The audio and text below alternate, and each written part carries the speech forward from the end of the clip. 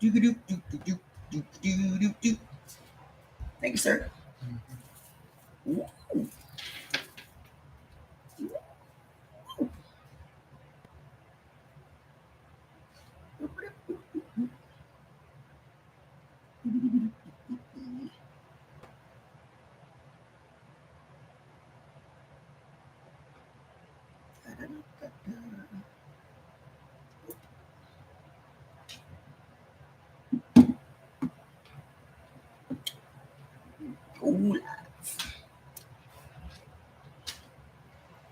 Hi, guys.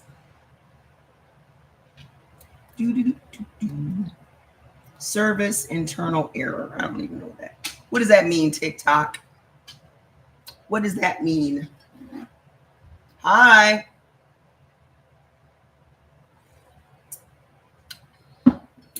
I survived. I survived.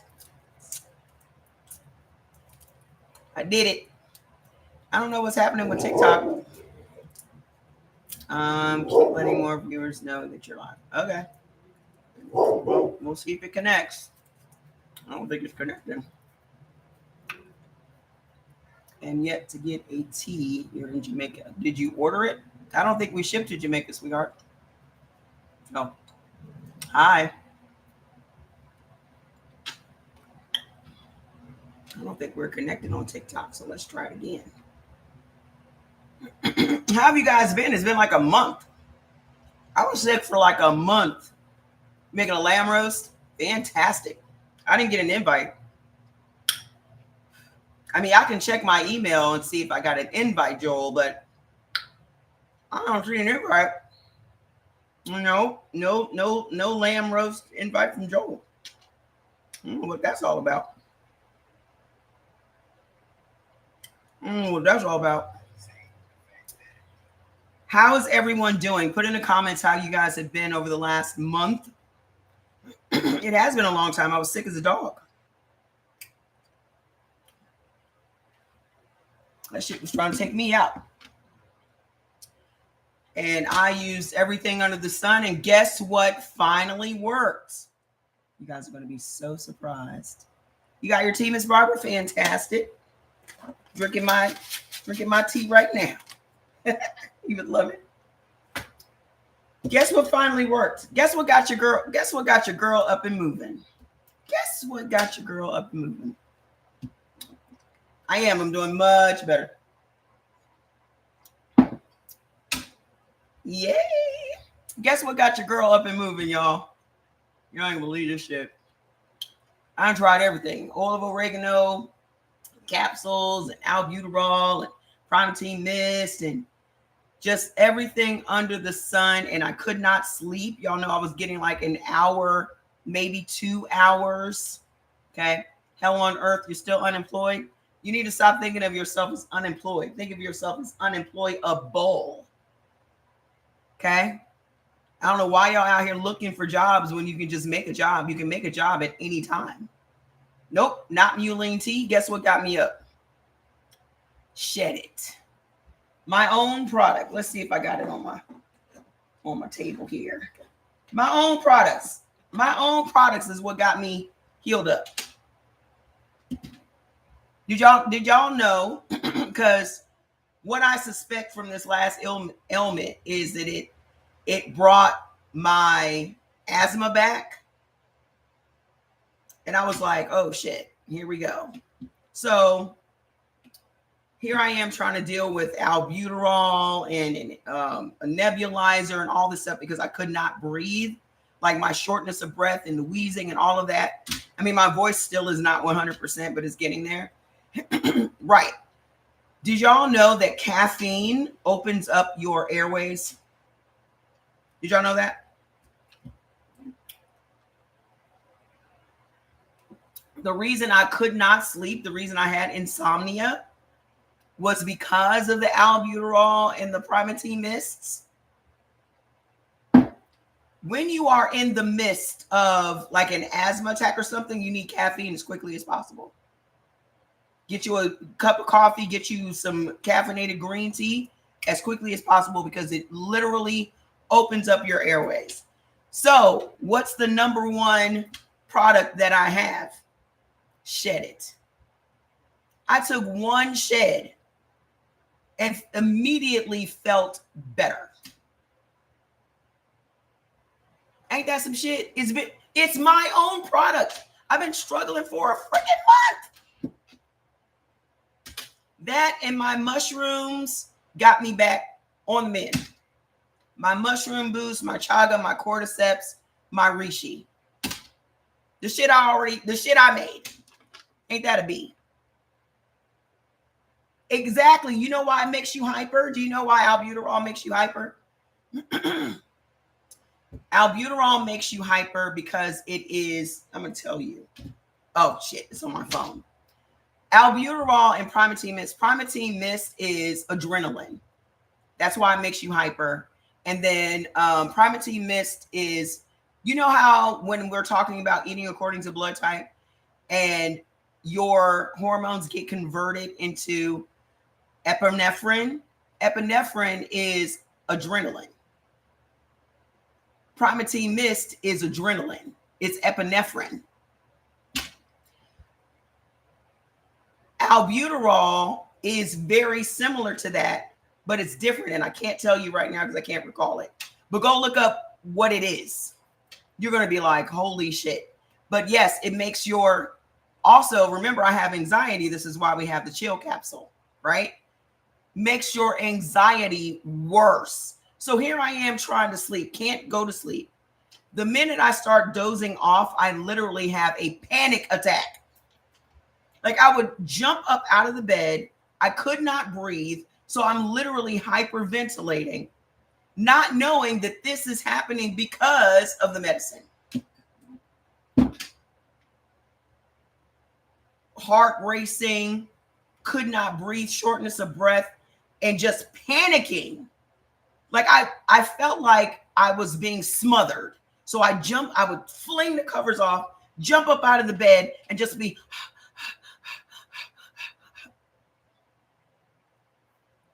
Y'all, this has been the craziest. I've had COVID 3 times. I've had malaria 6 times. This was literally the craziest thing I've ever struggled through, health-wise. Crazy. And it didn't help that I wasn't getting any sleep. Like yesterday, I didn't go to sleep until 9 o'clock in the morning. I did not go to sleep until 9 o'clock in the morning. And I hadn't taken any medication or anything. There were days like from when I first got the albuterol, I took it on Saturday. I did not go to sleep till Tuesday. I did not go to sleep until Tuesday when it was out of my system. And you know, lack of sleep makes you crazy. I think that's what took me so long to heal up because I had no sleep. And you cannot heal up without rest. Thank you to everybody who was checking in on me, making sure I was still on this plane of existence. It was touch and go for a minute. Man, listen. Last night I slept great. Now, mind you, I'm not a long time sleeper. I can get by with 4 or 5 hours. So last night I slept, 4 hours, 5 hours. And then I went back to sleep for like another hour. So that was fantastic. You know, I get up and tell Jordy, like, I got a whole 4 hours of sleep last night. He's like, great. But I do. I feel I'm not at 100% yet because my voice is not back. I'm not coughing like I was before, thank God. And I'm finally getting some sleep. I have energy. I'm not wheezing. I'm not struggling to breathe. So I think the worst is past. But just know, if you are dealing with this, and I'm not the only person that has this, apparently this is going around. So if you are the person that gets this next, make sure you get you a bottle of Shed It and those mushrooms. Would you ever consider marijuana? No. That's what it is. It's a sativa. No, I can't. I have no tolerance for THC at all. At all. I can do CBD, but I cannot do THC at not even a little bit. Like my system is very different. Like the things that make people sleepy make me hyper and vice versa. So I can't, and I'm allergic to all the penicillins and all of that. Yeah, shed is for all blood types. I'm allergic to penicillin. I'm allergic to all pain meds. I'm allergic to all that stuff. So I have to be real careful about what it is I take. And now I know not to take nothing but my shit at this point, because my shit's the only shit that works. So I'm back. Here we are. I want to make sure you guys are doing good. That month off, I'm behind on a whole lot of stuff. However, y'all know good and well I am going to get on top of it. I just had to get my house in order for the last couple of days. Laundry, cleaning up, making sure the house is dust free. And today I had to tackle these plants because they were running off and neglected for the past month. So now I'm on top of all of that stuff. Now we can get back down to work. Okay. So we're going to go over some blood type stuff, because I know that I have been slacking in that department because we've been very focused on black sheep. But let me just give you guys an update on black sheep sweeps. Okay. I was talking to the designers the other day. The designers are in Cyprus. Okay. So it's 6 o'clock in the morning, my time, and we're going over all the stuff that's going to be on the platform and all that. Y'all are going to be so impressed with this platform. It's going to be unlike anything you have ever seen in your life or ever experienced in your life. Like, we're going to have chat. You guys can chat with each other. Everybody that is a founder will have their own channel so that you and your people can stay in contact with each other.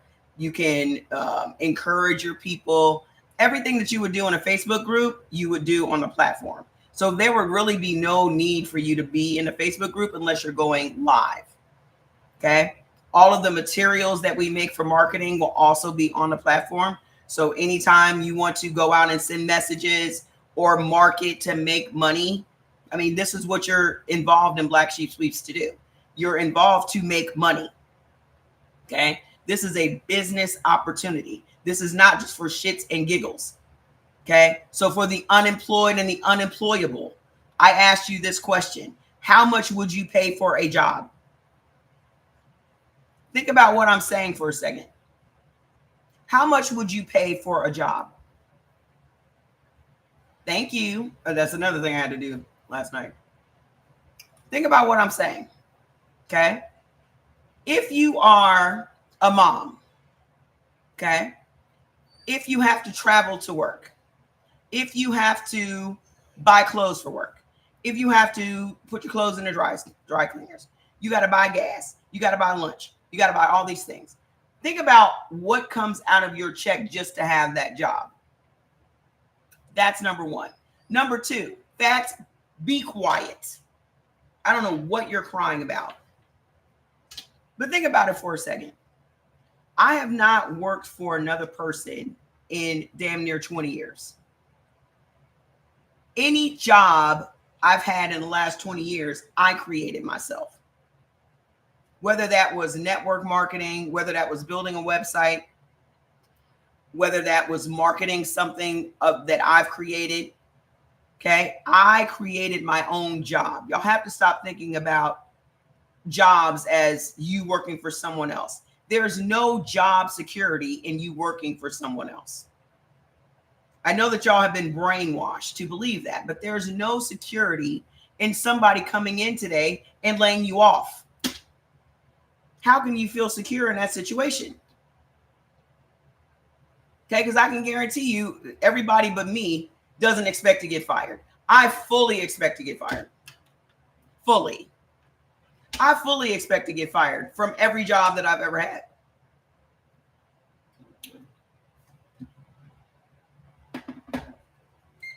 I look at every job I've ever had as a temporary situation. I'm here for a short time, not a long time. I'm here to make some money and go and do what I'm supposed to be doing. I don't believe that anybody, I'm not going to say that everybody is a business owner, because a lot of people don't have the discipline to be a business owner. It takes discipline to be a business owner. It really does. Okay. However, everyone has the capability of being a business owner. Everybody. Okay. I do not look at a job as a stable thing, especially if somebody gets to tell you what to do. And I don't even want to be a boss on a job. I do not. I don't want to manage other people. I don't want to do any of that. So why we are creating Black Sheep is because you can create a job for yourself. Any job you've ever had, there is no way for you to hand that job down to your kids. What do your kids inherit from what you've done on your job? I'll wait. Anybody? You have this job. You retire from this job. What do your kids get from that job? What do your kids inherit from that job? Anything? Nothing. With Black Sheep Sweeps, we are creating a way for you to build a business of your own. That is your business. Everybody that comes into Black Sheep Sweeps is a founder. Everyone that comes into Black Sheep Sweeps is a founder. We are founders together. It is not my business. It is our business. Okay? So when someone asks you, what is it that you do? I'm a co-founder at Black Sheep Sweeps. That is your title. We are all partners together. Okay? How much would you pay for a job that pays you weekly? There is no limit. Fats, I need you to come here. Come here. Come here. Come here. Jesus fucking Christ. Come here, sir. You got these boots on. Look at him. Come here. Come here. What are you over there crying about? Jordan, did you let them out?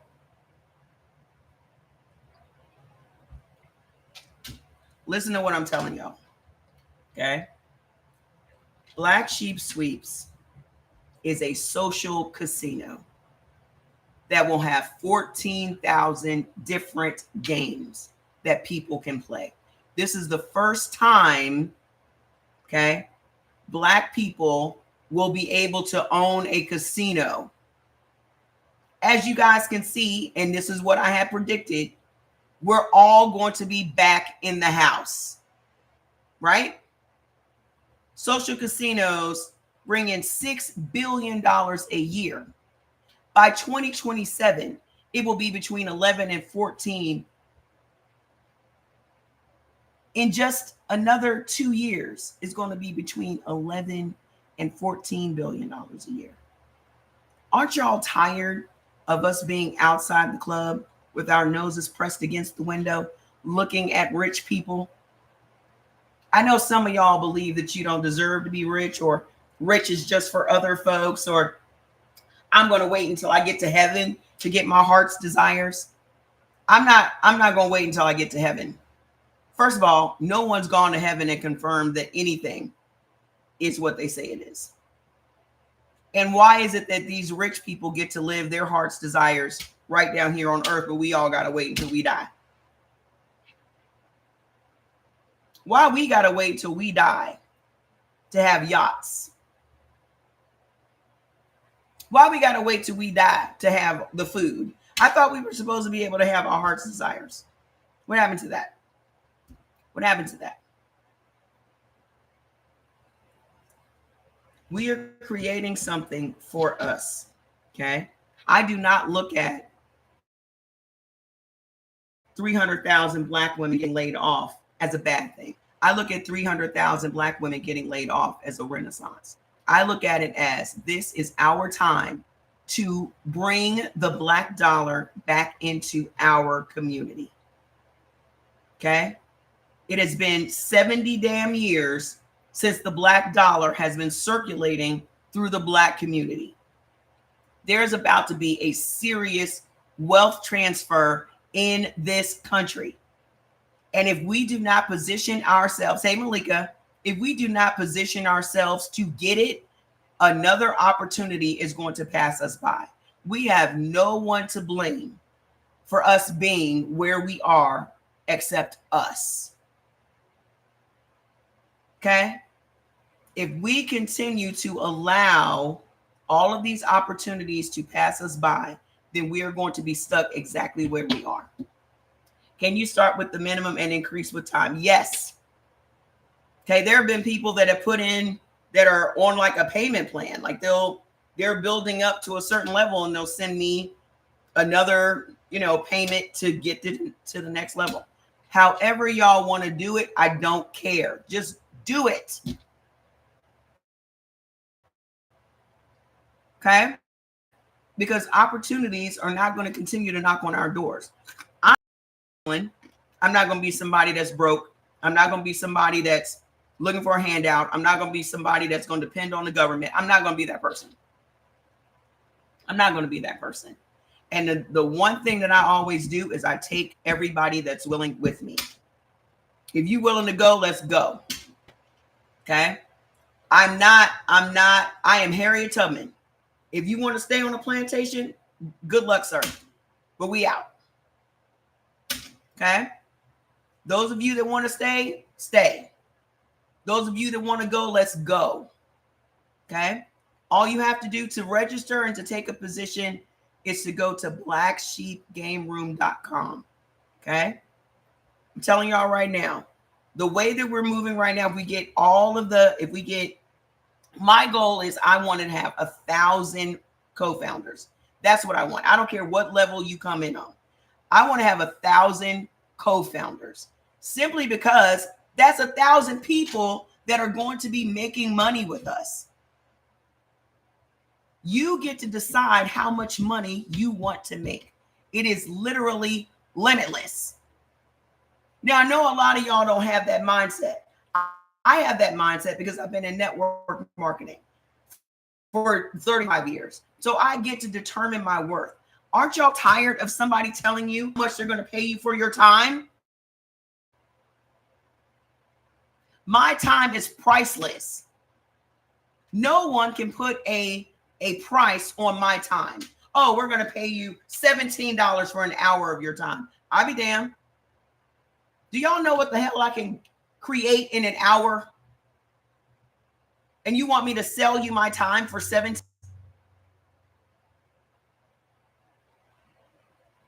Y'all are lowballing yourselves. Okay? To get started, Miss Lanera, just go to blacksheepgameroom.com and you can select what level you want to come in on. Miss Louise, I was sick for a month. Today's my first day back.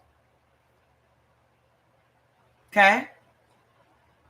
You get to decide how much your time is worth. Okay? The top tier, listen to how this goes. Okay? Me talking to my designers the other day. This is something that he said that stuck with me. If the first 6 months you're not making $50,000 a month, you're doing it wrong. When you come in at the top level, which is a $10,000 investment, you get paid 30% of every single person you bring into the business. Every single dollar that they spend on that platform, you make 30% of. Are you still doing blood types? Yes. But right now I'm giving them a recap on Black Sheep Sweeps. Okay. So think about it for a second. You bring in 10 people. Those 10 people spend $100 on the platform this week. You're making 30% of what they spend. So you just made $300 this week because your people are playing on the platform. You didn't have to do nothing. So multiply that times 10, times 20, times 100, because over time, you're going to have 100 people. So now you're looking at $3,000 a week sitting at home. All you ever did was sign this person up one time. You didn't have to sign them up. They used your affiliate code when they signed up. All you're doing is marketing. We are the marketing arm. We are the commercials. We are the word of mouth. Same with network marketing. However, no products to sell. All we're selling is fun, excitement, community. That's it. I'm a person that has sold products for 35 years. No closet full of old expired products. Guess the blood type diet wasn't working, huh? For who? What are you talking about? Don't come over here with no bullshit, because I can still cuss you the fuck out. Okay? Hey, Golder. If y'all think that the blood type diet is going to keep you immune from illness, then you're slow. Nothing is going to keep you immune from illness. But I'm going to tell you what, if you're not eating according to your blood type, you're not going to heal up. Does that make it plain enough for you? Because half of y'all still sick. You've been sick all this time. Why are you sick? You're sick because you're not eating the right food. You got sick because you ain't eating the right food. Okay? I'm going to catch whatever's out there because I have a very weak immune system, period. However, you know what's great? Healing the fuck up. The next level is a $5,000 investment. You still, here's the most important part about coming in at the top levels, because you get profit sharing. So if you're at the top level, you get 3% per month in profit sharing. Name me one stock that you're going to get that return on your investment. Name me just one. In our first 6 months, if we're not making $50,000 in the first 6 months, then we're doing it wrong. Y'all know damn well we're going to make more than that. Okay? There are sites right now that are making $2 million a month in their first 6 months on their platform. You get 3% profit sharing. On the next level, you get 30% and 2% profit sharing. On the next level, you get 25% and 1% profit sharing. The profit sharing, you ain't got to do nothing for. Okay? Your 30% comes from spreading the word and bringing people to the platform. But your profit sharing is just profit sharing. So imagine a year from now, and you're getting, I don't know, $5,000, $10,000 a month just from profit sharing. But here's the most important part about this. If something happens to you, you pass this down to your kids. Okay? You die. You've worked for the past year to bring 100 people to the platform. You're making, I don't know, $3,000 to $5,000 a week from your people playing on the platform. 14,000 different casino games they can choose from. You die. Your kids are now able to live on that $3,000 to $5,000 a week forever. Where do they do that at? What job is going to continue paying if you don't show up for it? What job?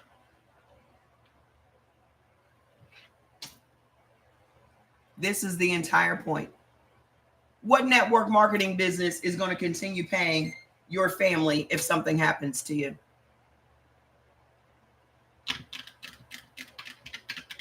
Anybody got any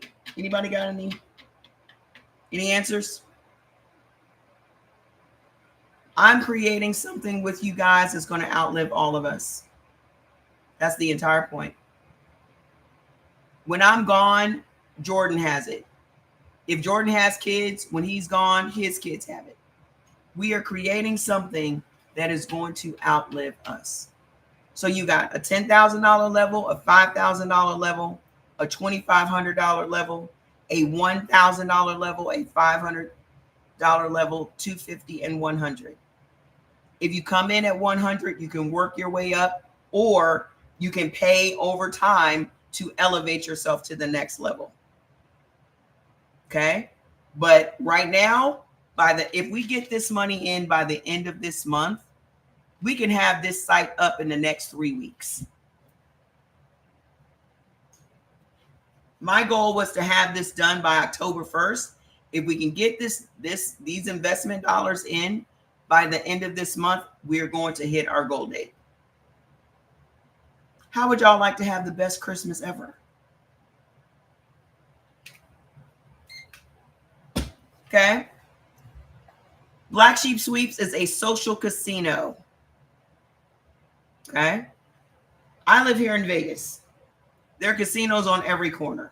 But we're going to be in the house, folks. I want y'all to accept that. When did social casinos explode? During COVID. The next industry that is going to explode, y'all think AI is big. This is the future. Let's go, Malika. Get that 30%, get that 3% profit sharing. I'm telling you. That's the level I'm on. I'm working the same levels as y'all. Okay? I'm going to be earning 30% and the 3% profit sharing just like the rest of y'all. We're all in this together. We're all business partners. We are locking our arms and we are making this freaking money. It's a social casino. So imagine Caesars. Imagine all of these casinos that we have out here, but they're online. If you guys look on Instagram, every other ad on Instagram is a social casino. But Black people don't own them. It is time for us to get some of this money. Do you know what we are to social casino? Do you know what we are to regular casinos? We're always the consumer. Do you know how much Black people gamble? We spend more gambling dollars than everybody. Why are we not owners? Aren't y'all tired of us being the consumer all the time and not the freaking owner? I know I'm sick of it. And I'm not doing it anymore. I'm not. We are the ones that hold up every industry in this country, but we don't make no profit from none of it. And the thing that I love is that the people that I'm working with to get this up, they love the whole Blackness of it all. Love it. Because they're like, nobody's doing it. So I feel no weirdness as far as talking to them about black, blackity, black. And even though you're white, you're still Black. Y'all need to accept that. Okay? Y'all need to accept that. Poor white people are Black people to them. They don't give a shit about you either. So that doesn't mean that you can't invest in Black sheep. Okay? Hi. I survived. Okay? I want y'all to know that. White people are Black people. If you're not one of the 1%, you're Black. Surprise. And what is a Black sheep? A person that doesn't fit in, a person that's not a follower, a person that's going to chart their own path. I've been a Black sheep my entire life.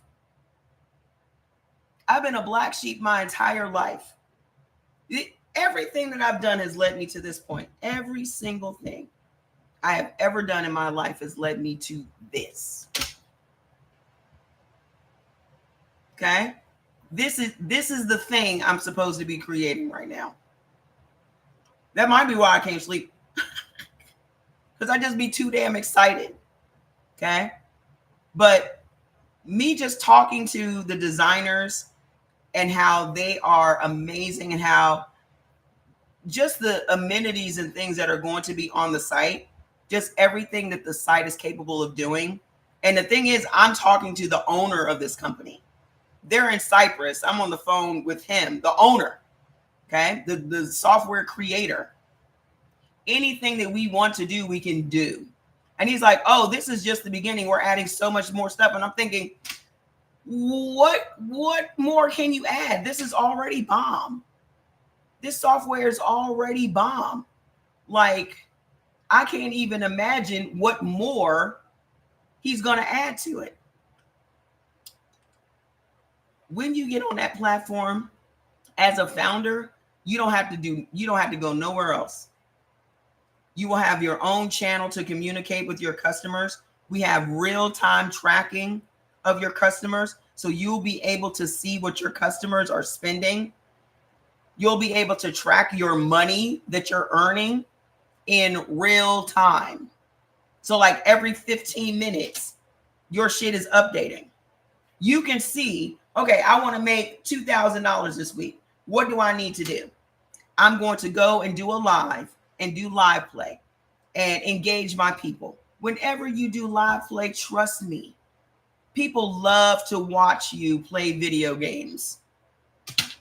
Why do y'all think about it for a second. Think about it for a second. Think about Kai Cenat. Think about Speed. Think about all of these young Black men in their lower 20s that are millionaires. You know what they all are? Gamers. Yeah, you can still, yes, absolutely. I'm behind because I was sick for a month. So yes, you can still get involved.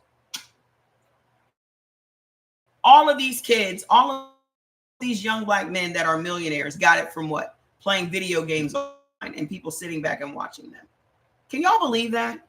And I bet you $1 to a dime, if your kids came to you and said, oh, I want to be a gamer when I grow up, you're going to be like, no, you need to go to college. Do y'all understand that the future is gaming? The future is gaming. It's VR. It's AI. Everybody is going to be doing everything online.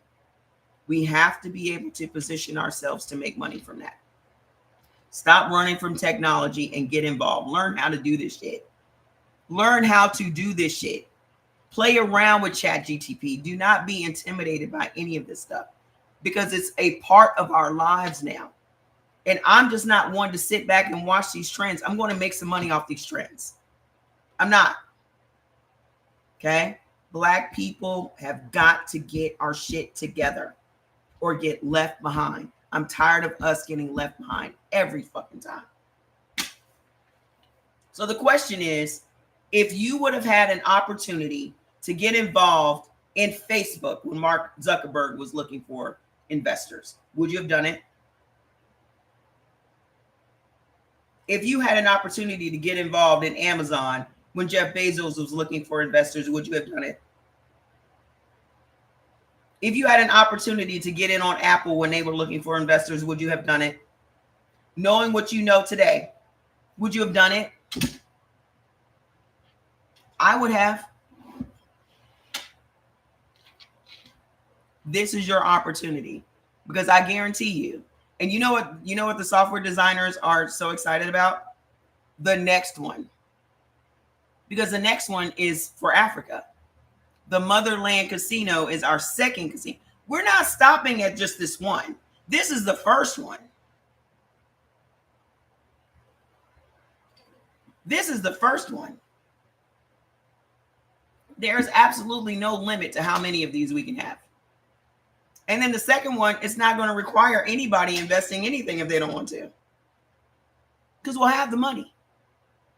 But the people that invest in this one will be the first ones able to invest in the next one. And that one is going to be absurd. So that's that on that. Go to blacksheepgameroom.com. take a position. All of the positions are there. It spells out exactly what it is that you get with your investment. You pay through PayPal. The goal is to get all of these dollars in so we can get this thing moving by the end of the month, so it'll be ready to launch before October the 1st. So that we'll have the best fourth quarter we've ever had in our entire freaking lives. Okay? I don't care if you got to beg, borrow, steal, use that unemployment money. When I was unemployed in 2008, I started a business. That was the last job I ever had. I got fired. I got unemployment. I created a business.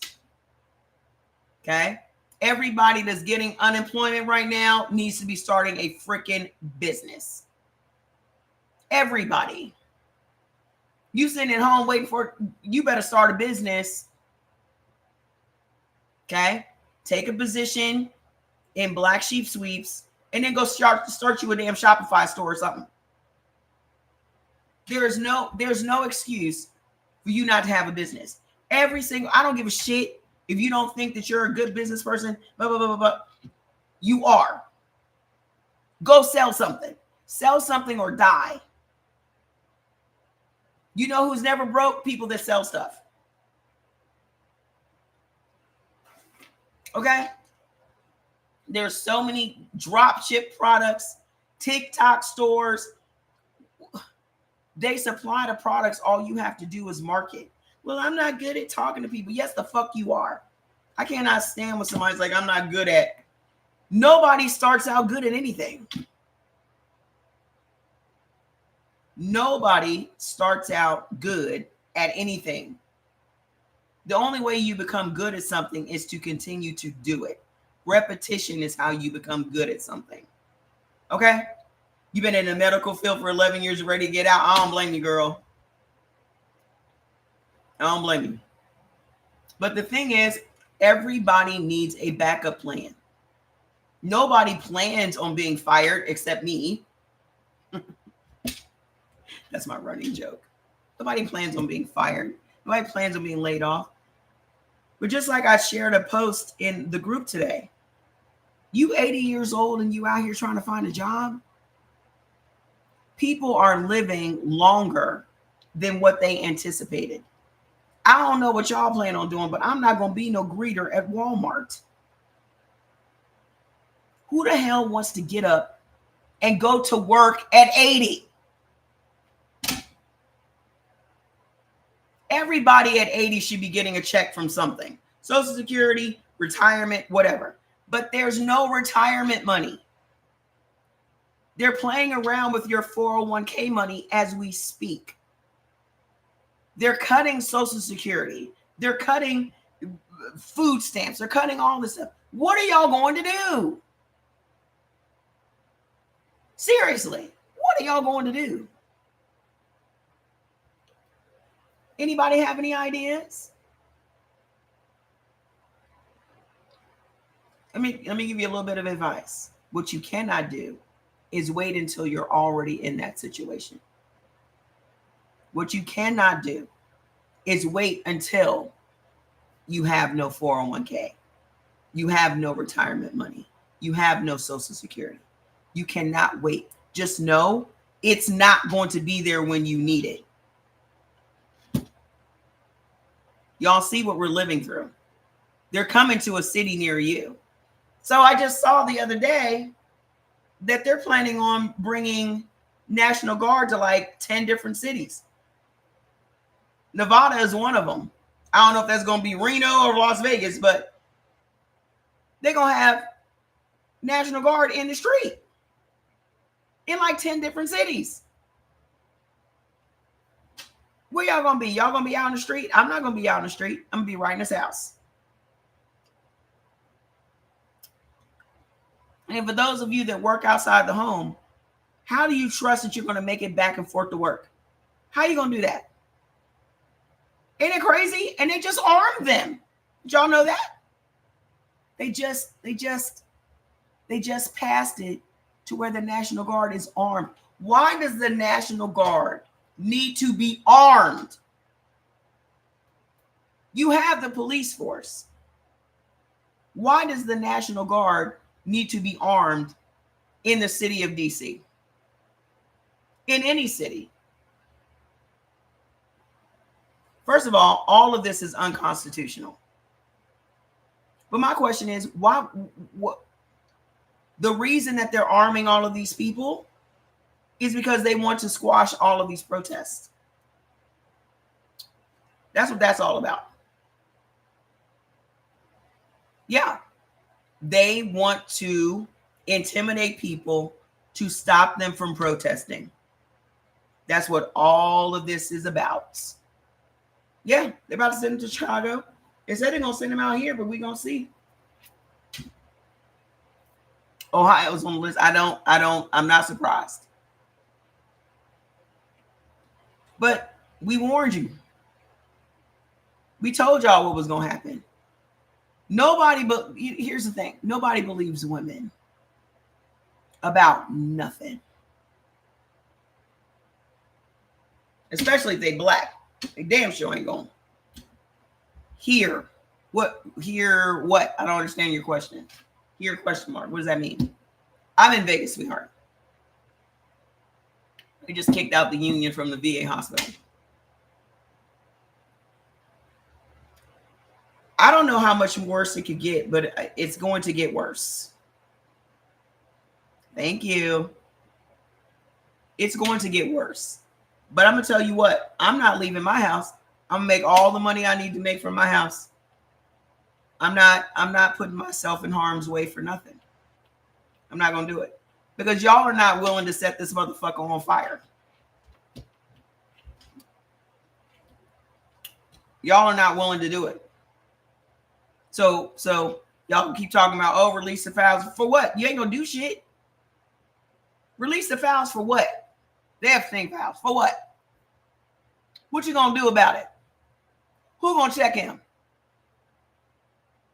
Huh? What you going to do? Nothing. So what is the point y'all keep screaming about release the files? For what? Because I keep asking, what are y'all going to do? And nobody ever answers me. No one's going to do anything about it. You already know who he is. You've already known what he's done. And you still ain't going to do nothing about it. So here we are. Slaves. All of us. Slaves.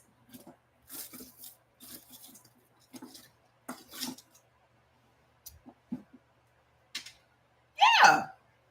That man said out of his mouth he could shoot somebody on Fifth Avenue and ain't nobody gonna do nothing about it. And he has not lied. Ain't nobody gonna do nothing. The man is stealing our tax dollars, done tripled the damn deficit, done increased the deficit by trillions. He's only been in there for 8 months. What you think's gonna happen? It's only been 8 months. Trillions. Hey, Wendy. Wendy, do you know about black sheep sweeps? What y'all think is gonna be a year from now? They're literally gerrymandering it so this man will still have Congress in 2026. This man today said he don't need Congress for nothing. That man said, I don't need Congress to change whatever I need to change.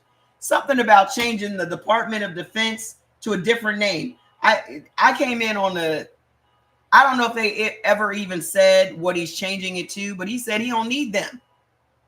I'm sure Congress will go along with it, is what he said. I think he's trying, the Department of, Shanice, are you kidding me? He wants to change it to the Department of War.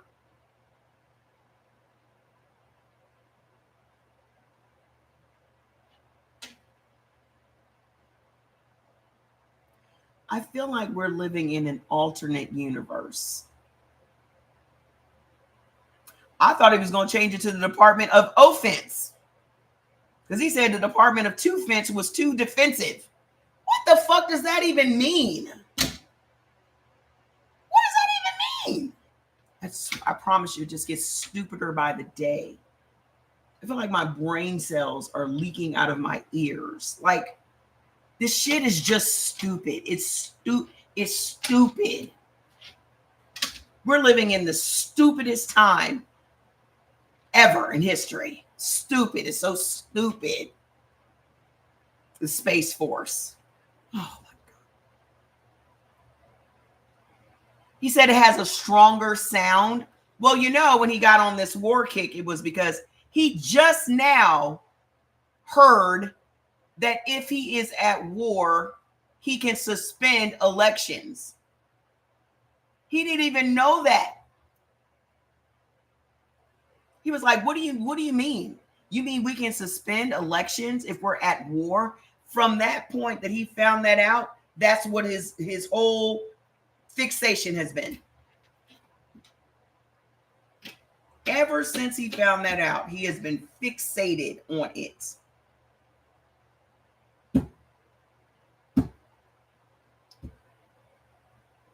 Well, I'm going to be in the house. I don't know what y'all doing. I'm going to be in the house playing Black Sheep Sweeps on my phone. That's what I'm going to be doing. I'm going to be at home running it up.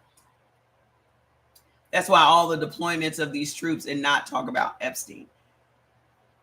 It doesn't matter if he talks about Epstein until he's blue in the face. Nobody's going to do anything about it. First of all, for y'all on TikTok, they closed down my main account. So y'all asking, where have I been? Well, they put me off the platform. So there's that. Okay. But secondly, for the past month, I've been sick. Okay. They closed down both of my main accounts.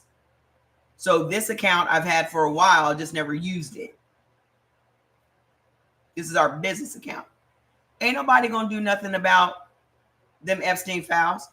First of all, they're not going to release them because this is why he is still able to blackmail Congress. This is why he's so confident that Congress is going to go along with everything that he's doing, is because he's blackmailing them.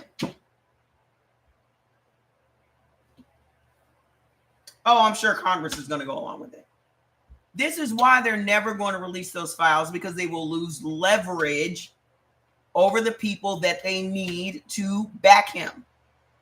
The reason that the Supreme Court backs him is because if the Supreme Court does not back Donald Trump and they rule against him and he does it anyway, then now everyone will know that the Supreme Court has no power. So every time something comes up in front of them, they agree with him because they don't want the American people to know that they have literally been neutered. So they have to look like they're on his side, because if they go against him, he's going to do it anyway.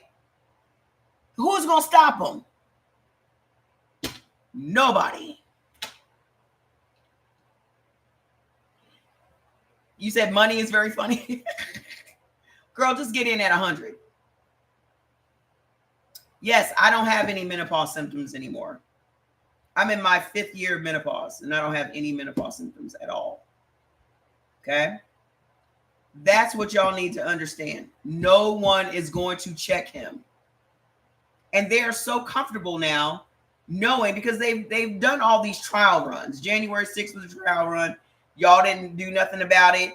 Y'all didn't neuter him. Y'all let him pardon all those people. So he just becomes emboldened.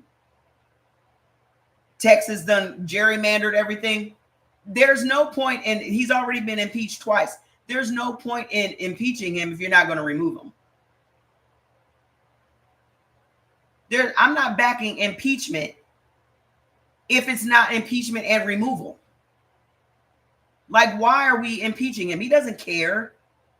Y'all have to understand, you're dealing with shameless people. The difference between Republicans and Democrats is Republicans have no shame. They are unapologetic about the shit that they do. Democrats still have shame. We still want to take the high road. We still want to be decent. We still want to be fair. We still want to be. This is why everybody's so shocked by Gavin Newsom stooping down to Trump's level. And the thing about it is, they'll be like, oh, I can't believe you said this and any other to Gavin Newsom. And it's like Trump said the same thing the other day. But y'all don't have a problem with Trump saying this stuff, but you have a problem with Gavin Newsom saying it. Because the expectation is Democrats are always going to take the high road. We're going to be polite. We're going to be fair. We cannot be polite. We cannot be fair when we are fighting pigs. What's up, sir? How you doing? You cannot expect to stay clean when you're wrestling pigs. You're going to have to get dirty. There is no way you marching around in circles on the street is going to change anything. You marching around on the streets has to be followed up with some furniture moving and some smoke in the city. That is the only way anything is going to change. And nobody is willing to do it. They will do it. They will go out and tear shit up. You've seen them do it. But Democrats are still, we're just going to carry some signs and we're going to chant and we're going to, that ain't going to do shit. You know why? Because they don't give a fuck.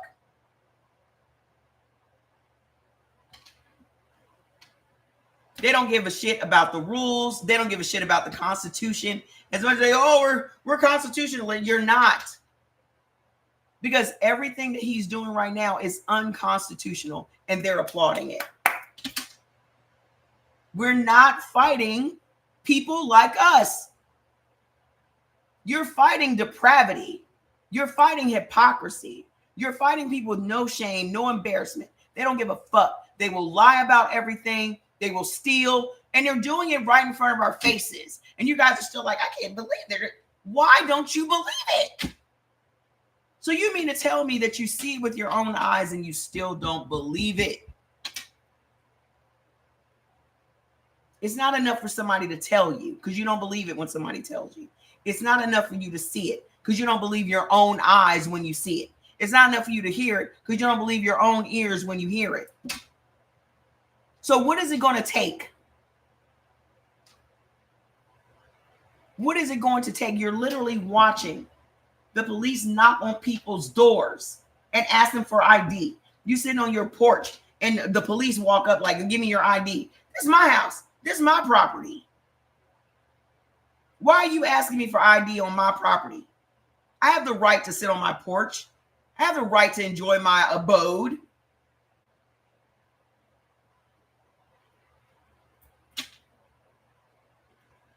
So my question is, what is it going to take? These people are taking our rights. They're taking our liberties. They're taking our freedom. They're taking everything. And we're just sitting back like, who do you think is going to come in and save us? Do y'all think that somebody's going to come and save us?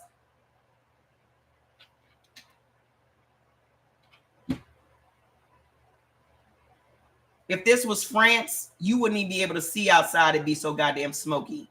If this was Nigeria or Ghana or any other place, you would not be able to see outside because it'd be so smoky. Ask yourselves why Americans are so docile. And it's not Americans, it's Democrats. Because as you can see, the Republicans are willing to tear shit up and set shit on fire. They don't give a fuck. So my question is, why are we so afraid?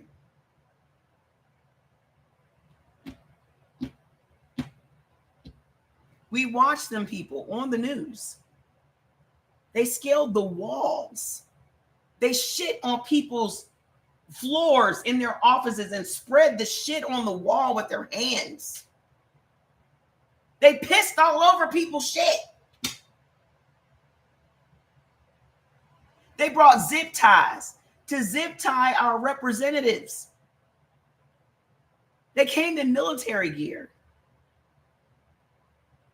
in defense of that guy.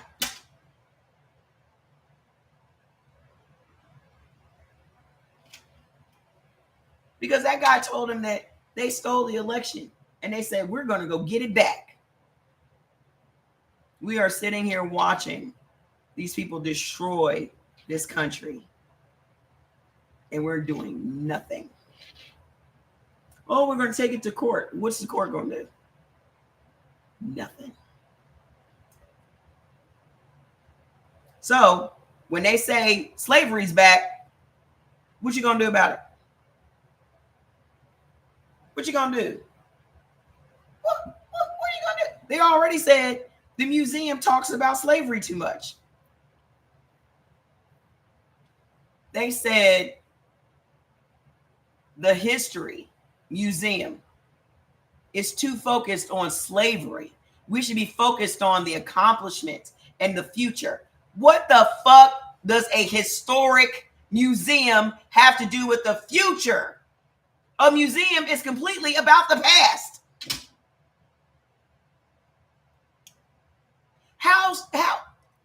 How stupid.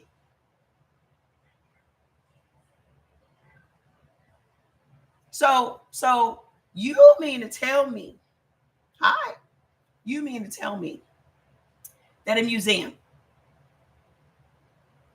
that's completely based on the history of any given country can't focus on the one thing that built this country because you're offended? You don't want your kids to know that Pop was out here doing some diabolical shit. You don't want them to know that Pop and Grandma were hanging Negroes after church on Sunday. You don't want them to know that they was feeding babies to alligators. It's just okay that alligators could be, eating prisoners today. But you don't want them to know that they were literally using black babies to feed alligators.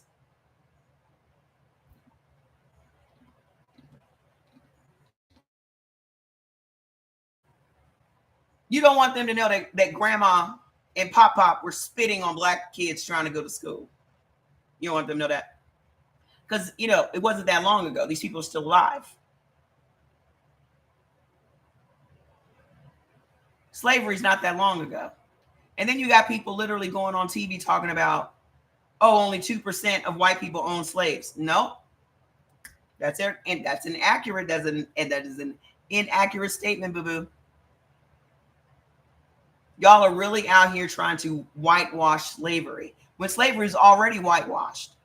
If y'all actually knew the shit that literally went on in chattel slavery, you would throw up in your mouth. Oh, well, slavery's thousands of years old. They had slavery in every country that they didn't have chattel slavery. Chattel slavery is when you breed people to make more product. We were a product to be sold. We were bred. They were breeding sons with grandmas, breeding sons with moms, breeding sons with sisters and cousins to create products to sell.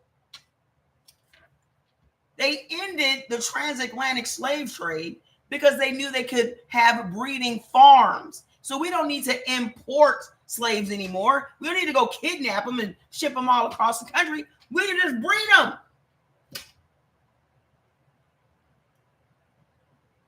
Where y'all think the term motherfucker came from? Huh?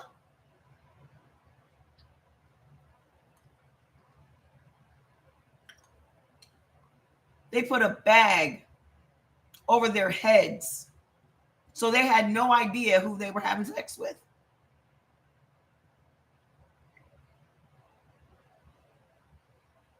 I don't have to make any of this shit up because it's depraved enough. The truth is stranger than fiction. But y'all don't want to know this because it makes you so uncomfortable that the people in your family did this shit. And then you tell us, get over it.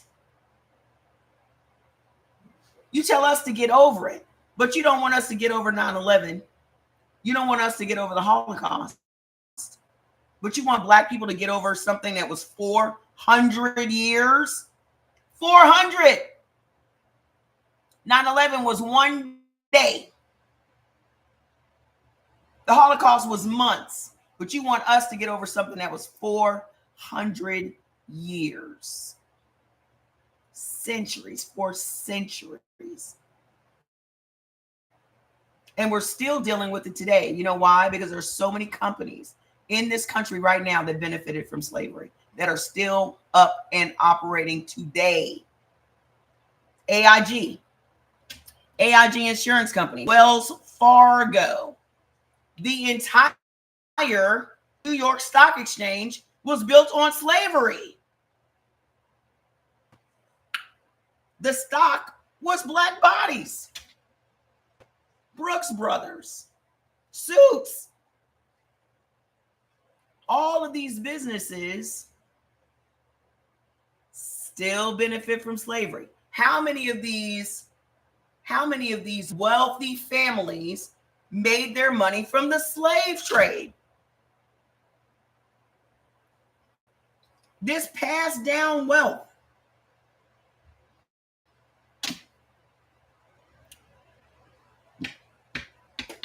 Huh?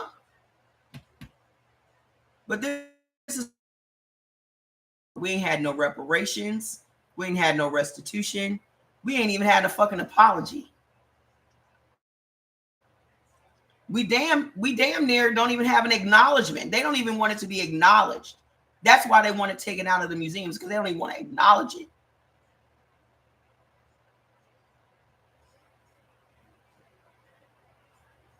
Now let's fast forward. Let's fast forward to the 30s, the 40s, and the 50s. Do you know who had all the money in the 40s, 30s, 40s, and 50s? Black people. Do you know who saved Cadillac from going bankrupt? Black people. Did y'all know that? To this day, why Cadillac still exists is because black people were buying Cadillacs with cash.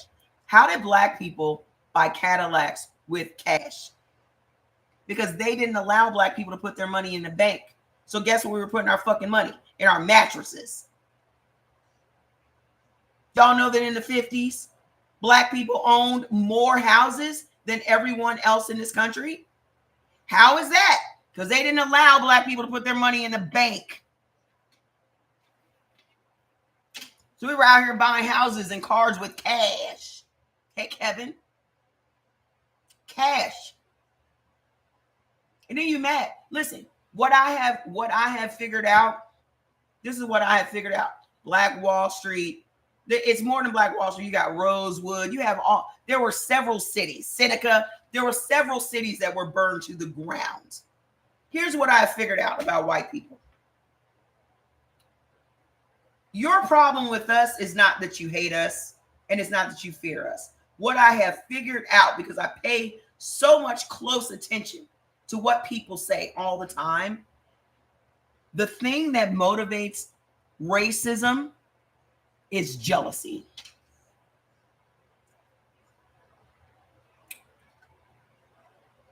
You don't go and burn somebody's house to the ground because you fear them. You don't burn somebody's house to the ground or business to the ground because you fear them. You burn it to the ground because they have something you don't have.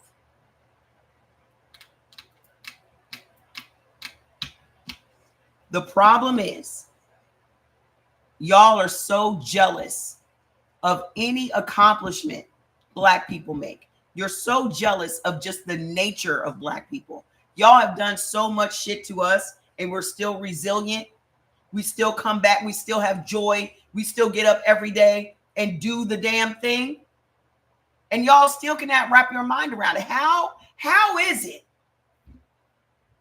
that they can just keep coming again and again and again and again and again? I was watching something last night, and I can't tell you how many times the person said envious, jealous. I'm watching Deadliest Catch. The nature, no offense, white people, I'm just telling y'all the truth. The nature of white people is to hate on other people. Y'all are just by nature envious, jealous, covetous people. And the thing about it is, you know how powerful black people are, and it drives you fucking batty. You don't go out and get black people's lips unless you're envious of black people's lips. You don't go out and get black people's lip. You hate black people. Why you got black people's lips? Why you getting BBLs? Why you tanning to the point that you darker than me? Unless you're envious of it. Why are you taking melanin capsules? Unless you're envious. You're envious. You ain't scared of us. You're jealous of us. You don't think we should live where you live because you don't want to know that we have as much money as you have. You don't want us going to the same schools because you don't want to acknowledge that we're just as smart as you are. Because you're supposed to be superior, right? You wouldn't have this narrative that you're superior to something unless you know you're not. You don't have to tell somebody you're superior to them. They would already know that you're superior to them. But y'all have an entire marketing campaign to make people believe that you're superior to us. How insane is that? You don't have to tell nobody you smart. You don't have to tell nobody nothing. People should already see it in you. You don't have to announce it. Y'all are just envious and jealous. And if you can wrap your mind around, I mean, why would there need to be a freaking commandment that says, thou shalt not covet thy neighbor's wife unless you're covetous? You had to put that shit on a slab.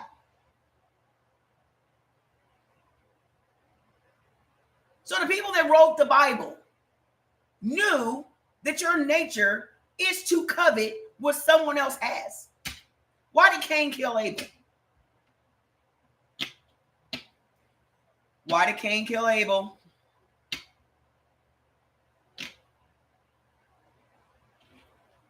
Huh? Jealous.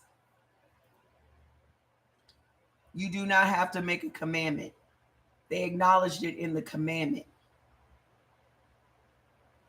Thou shalt not covet. And this is what y'all do every day. Why is Donald Trump president? Because he was jealous of Barack Obama. If Barack Obama had never been president, there would be no President Donald Trump.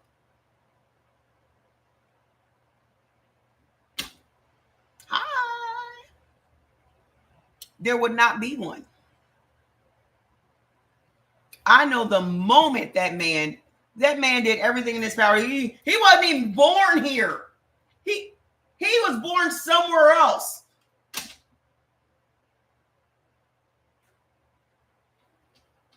There would never be a President Trump if there hadn't been a President Obama.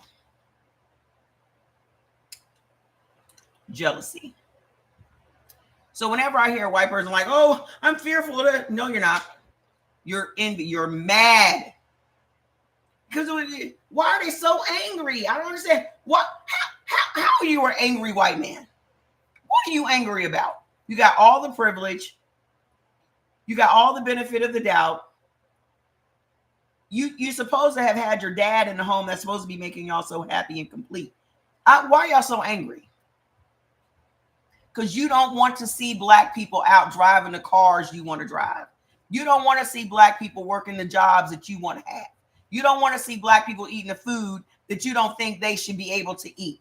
You're just mad. You're just jealous. And anytime you see us doing better than you, you're going to burn it to the fucking ground. What do y'all think Donald Trump is going to do? Donald Trump will burn this country to the ground. He will burn it to the ground. He does not give a fuck.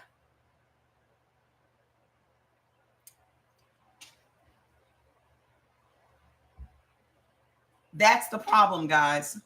We're not dealing with fear. We're not dealing with hate. We're dealing with jealousy. And if you know anything about a jealous person, they will kill you. So nobody else can have you. That's exactly what it was. He decided at that very moment that they were roasting the shit out of him, that I'm going to get him back. What do y'all think Donald Trump is doing right now? He's going after every single person that he's jealous of. Every single person that he's jealous of. He's got them under investigation. He's got the only thing this man has done since he's been in office is dismantle the shit that other people built. He did the same thing in the first one. He has no plan. It's all revenge. No plan. Hasn't created anything. Like even the taking away your medical care. You know why I want to take away your medical care? Because they called it Obamacare. That's why. And I guarantee you they're going to bring it back and they're going to call it Trump care. Yeah. That's what's crazy. Well, the only reason that they put Obama on it is so everybody can hate it. Anything that they attach Obama to, Obama, just the name Obama is just a dog whistle. It's all just dog whistles. They'll bring that health care back and it's going to be called Trump care. I guarantee it. I guarantee it. All Donald Trump ever, just look at his first presidency. All he ever did was tear up the shit that the previous administration did. He didn't build anything. He didn't accomplish anything. He's doing the same thing now. Changing the names of buildings, changing the names of departments, changing the name of this, the Gulf of America, the Gulf. The fuck does that have to do with the price of groceries? I thought y'all was so concerned about egg prices. I thought y'all was so concerned about the price of gas. Our prices are higher than ever. Our gas prices are higher than ever. Our electricity prices are higher than ever. The tariffs are on everything. Everything at Walmart, Home Depot, Lowe's, everything is higher than it was. So what are we getting from this man? The shrimp at Walmart is radioactive. What are we getting from this man? To cut back on all the... I told y'all this. This was my concern from the beginning. They're going to cut back on all these regulations on food. Now look at the food. You got radioactive shrimp at Walmart. They got more glyphosate, more chemicals, more Roundup and shit on our food than ever before. So the only thing this man has accomplished is putting the military on the street to terrorize American citizens. The only thing that this man has accomplished is sending innocent, hardworking immigrants out of the country. Only to turn around and say, we're going to bring them back. And now the farmers can own them. This man said we're going to bring the farm, we're going to send them home and then bring them all back. How much is that going to cost again? How much is that going to cost again?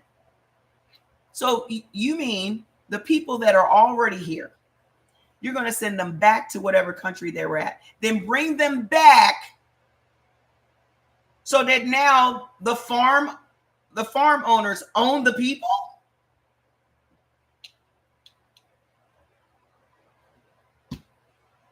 You're 100% right. It's about jealousy. I never looked at it like that, but that's what it is. It's crazy. How much money is that? He's raised the deficit in just his first 8 months by $3.9 trillion. What happened to Doge? What was Doge supposed to do? You done laid off all these black women. Revenge. Oh, yeah, that was the DEI thing. Yeah. Revenge. Jealousy. Why? Because black women are the most educated, the most highly employed in America.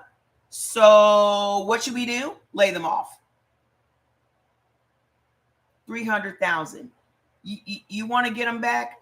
Don't go back. Don't go back. Don't go back. Start a business. Do your own fucking thing. Do not go back. This is your sign from God to do your own damn thing. Do not go back and kiss nobody's ass for no piece of fucking job that somebody can just lay you off the next day. Fuck them. We don't need no DEI. Black people don't need no DEI for what? We don't need it.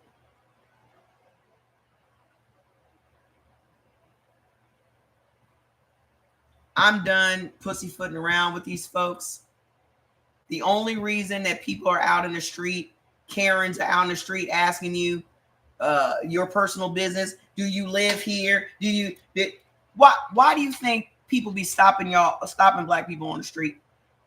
Do you live in this neighborhood? Because they don't want your ass living in the neighborhood. Because they're jealous. You should be living less than them. I wish a motherfucker would ask me when I came through my community gate if I lived here. I'd knock a bitch. I would knock her smooth the fuck out. Just out. Do not form your baloney lips to ask me shit. Is this your Cadillac?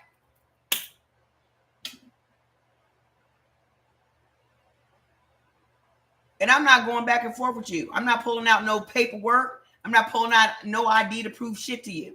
Who the fuck are you? Why do y'all think these people feel entitled to ask you for your credentials, for where you live and where you shop and what you do? Why do y'all think these people think that they're entitled to ask you for ID? You have your ID. I wish a boy.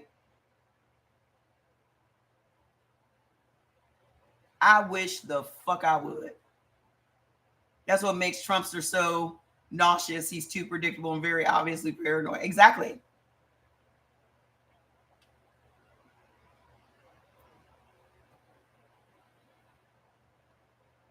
These people feel entitled because there's something in their DNA that makes them feel like it's okay for them to police people of other colors.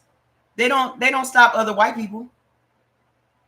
They're not asking another white person if they live in the building. If the delivery person was white, they wouldn't ask them if they lived in the building. They just assume this white person's on the same level I'm on. But if you are a person of color, they just assume you are beneath them. So they're going to make sure that they ask you. So do y'all know statistically white women steal more shit than everybody else? Did y'all know that?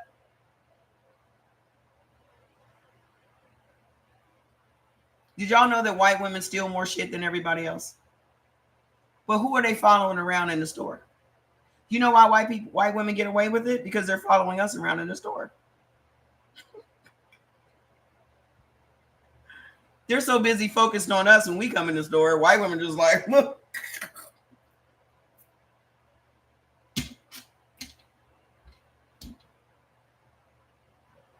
Okay. There's no such thing as black on black crime. That was a narrative that they made up so that we could all focus on that. Statistics show that people kill within their proximity. White people kill as many white people as black people kill as many black people. You don't see a bunch of white people killing black people, and you don't see you damn sure don't hear about no black people killing white people. When have y'all heard of black people killing white people? I'll wait. Just when? For them to be so fearful of us, when have y'all heard of us killing a bunch of white people? Yes, that's how you do it, Dolores. Hello, anybody? Is this thing on? You don't hear about it because it's not happening. Right. White people kill black people all the time, but you do not hear. Look how long ago that was, Nat Turner.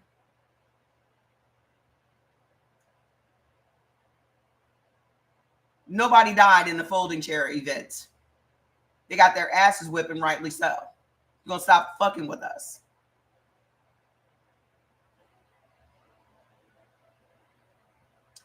Well, I was sick for a month, but TikTok took my main accounts from me, so I haven't been live for a long time. So listen, all this shit that's made up is to make everybody believe that we're the problem, and we're not the problem. Black people are literally the least problematic in this country. We are literally the least problematic in this country. You know why? Because we don't want nobody fucking with us. Leave us the fuck alone. We just want y'all to leave us alone. Y'all the busybodies. Y'all the busybodies up in everybody's business. Why? Because you're jealous. You want to know how. Y'all need to focus on bathing correctly, learning how to use seasonings. I mean, because you went to war for spices and you still don't know how to use them.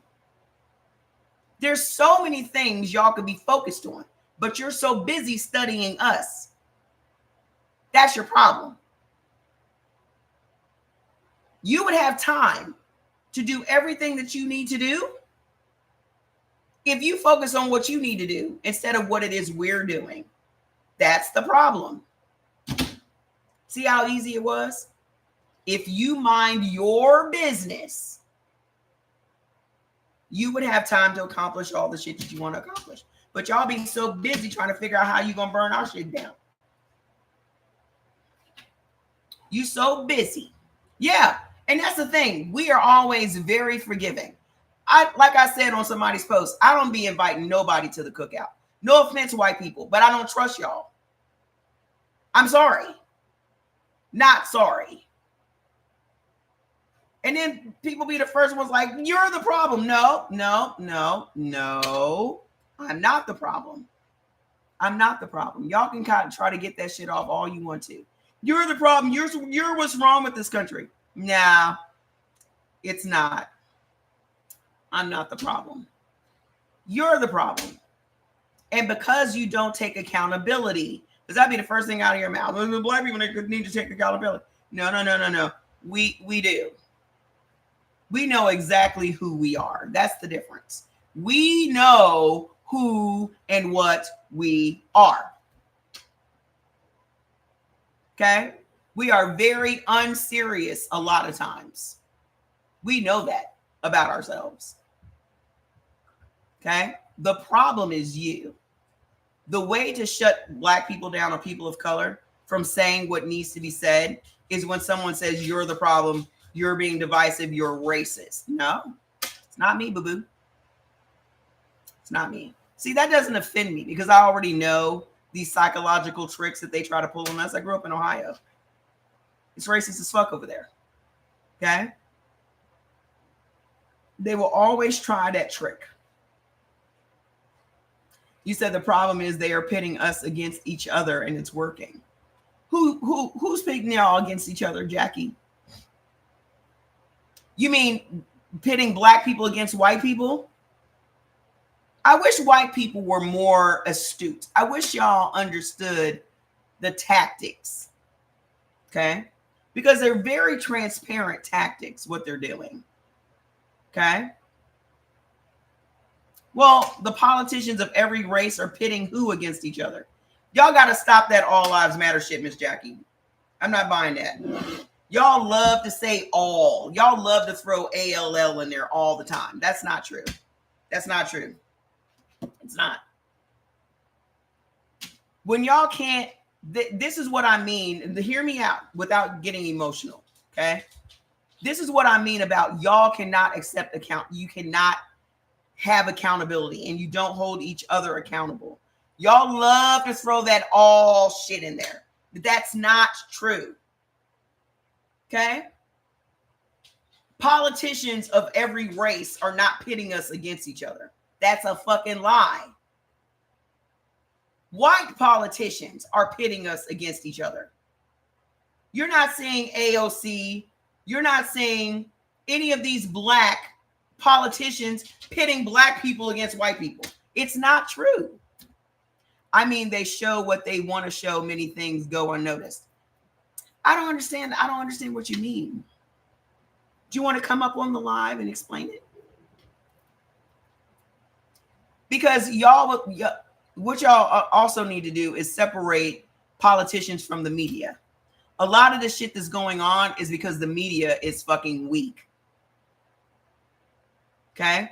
I fully place the blame on us being in this situation on the media, because it was, and I specifically held Katie Tour accountable for it, because after that debate with Biden and Trump, when Biden was so sleepy and all that shit, it was almost like Katie Tour made it her personal mission to get Joe Biden off that fucking ticket.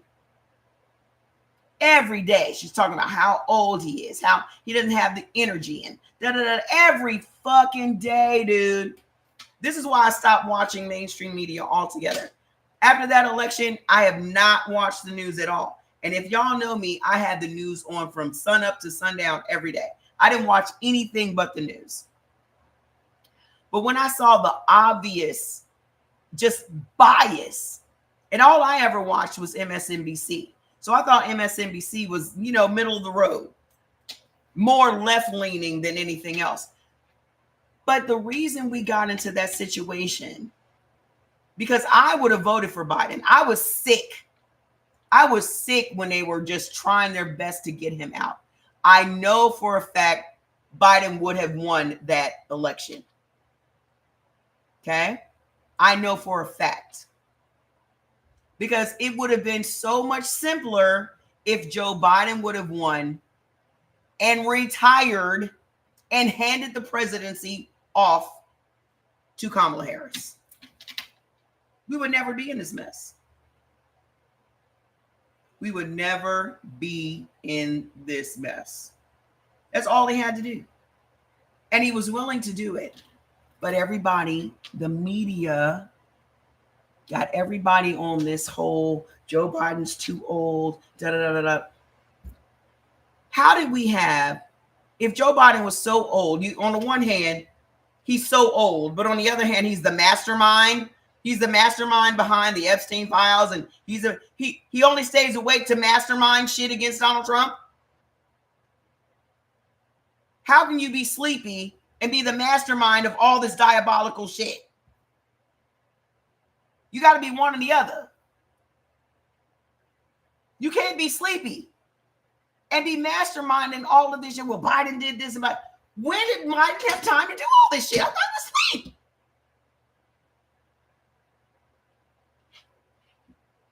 How did we have the economy that we had?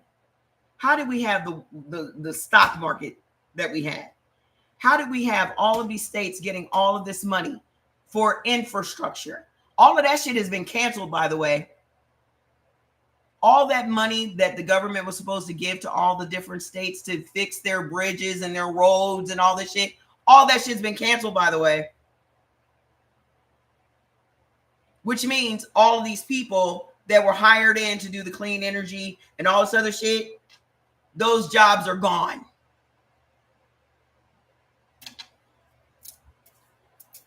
But the media is not concerned at all. The media is not concerned, and the media is not saying nothing about that nasty ass pussy grabbing hand. Did y'all see Trump's nasty ass hand? How come no one's asking about Donald Trump's illnesses, his dementia, his mental state, that nasty ass thing on the back of his hand? How come nobody's asking about that? Where's the media now? Where's the media now?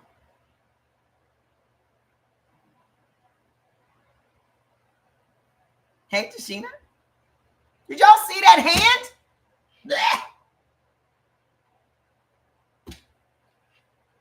That is the nastiest shit. I said that's what happens when you're going around grabbing women by the puss. Yeah, his swollen ankles. That. Go look up, just type in Google Trump's hand. This man has a big ass, nasty, black ass thing on the back of his hand that covers the whole hand. And they've been putting makeup on it this whole time.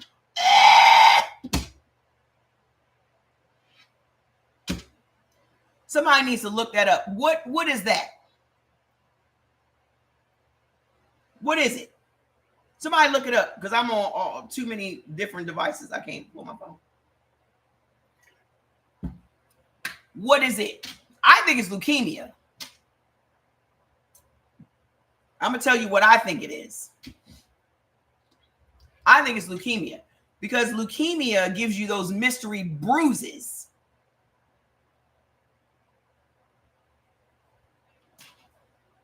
I think it's leukemia, y'all. That man is not well. That man is not well, dude. Because my sister used to have mystery little bruises and shit. What is this? Somebody snatch you up?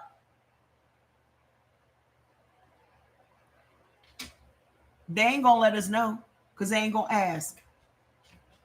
Let it have been Biden, though. Have y'all seen Hunter Biden? First of all, I freaking love Hunter Biden. Hunter Biden went the fuck off the other day. Off. He was talking about the media too.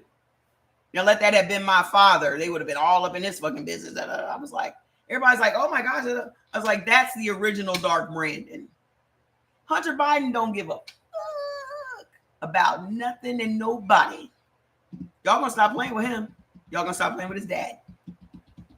They will get sued. Oh, that's true. He does not even allow the people who are in his cabinet to talk about it. You right. You right. Hunter ain't scared. Hunter ain't got shit to lose. Hunter ain't got shit to lose. That's who you do not want to fuck with, people that don't have nothing to lose.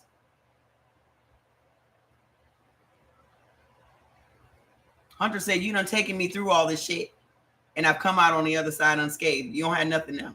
You don't have nothing. I'm free to say whatever I want to say. And he is. Now automatically think of what people eat when they look like. Listen, you're right. Donald Trump would sue anybody in the media that says anything he doesn't like. So now y'all can clearly see that all of these people are cowards. All of these men bowing down, kissing the ring, we're all cowards. The only people that really stands up to Donald Trump is women. The only people that really stands up to him is women. Think about it.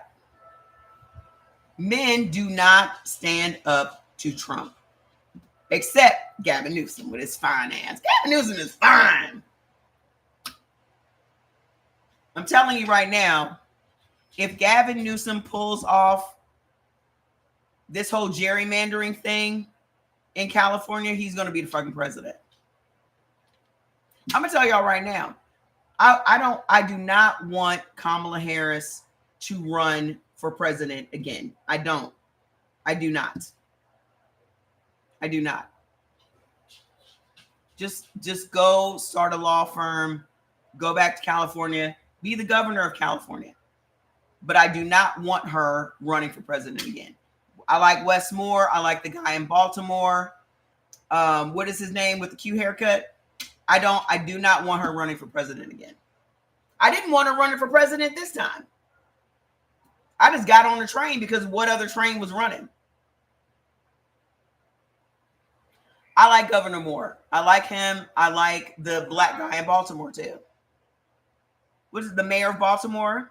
Yeah, I don't want her running for nothing. Just relax. Okay? Because all the stuff that we're experiencing right now, Hillary told us was going to happen, and Kamala told us was going to happen. Biden told us it was going to happen. Okay? I don't think they're all misfits. I just don't think she can win. Okay? If y'all didn't elect an overly qualified white woman, what makes you think you're going to elect an overly qualified black woman? It's just not going to happen. It's not. Because to me, she already won. And we all know that this election was fixed. We all know that.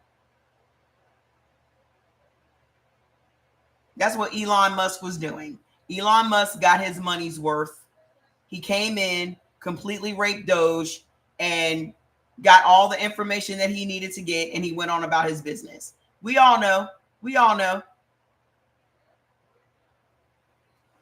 But that time has passed. Okay? We need somebody that's going to freaking win. And I don't see it being anybody but Gavin Newsom. He fits the profile. He's a handsome white man. He's in shape. You know, I mean, let's be realistic here. We just need somebody that's going to come in and clean this mess up. I don't want it to be another black person coming in and cleaning up the mess. Let the white people clean it up. The white people messed it up. Let the white people clean it up. I don't want Kamala Harris having to come in and clean up shit. Obama already did that. And if y'all literally paid attention to politics, every single time a Republican gets in office, we're back in a fucking deficit again. And then a Democrat comes in and cleans up all the freaking mess, gets us back on track, and then another fucking Republican comes in and fucks it up again. And y'all keep voting for them. Nothing in a Republican's life has changed. Y'all still live in the same trailer park you've been living in for 20 fucking years. But then y'all the first ones to come out and say, well, Democrats haven't done anything. Every right that you have in this country right now is because of Democrats. Y'all always want to sit back and talk about what Democrats ain't done. Every right you enjoy in this country right now is because of Democrats. Everyone. Every social program that you have actually benefited from your food stamps. Because don't act like y'all ain't on Section 8. 49% of white women are on Section 8. 49%. And that man sitting in the office with them nasty pussy grabbing hands said, y'all getting out. Y'all going to have 60 to 90 days to find somewhere to live. Did y'all see that? I know, I feel great. You know what did it? My shed and my mushrooms. The only thing got me back up and moving.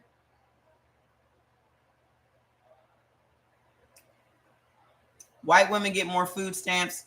White women are at 49% for Section 8. That man said y'all gonna have 60 to 90 days to find somewhere to live. So y'all voted for this man that don't give a fuck about y'all. He knows that the base of his whole party is on food stamps and public assistance and Medicaid, and cut all of them. And y'all still supporting this man. He done cut. He knows that the majority of his base is poor white people. And he said, I don't give a fuck about poor white people. Cut it.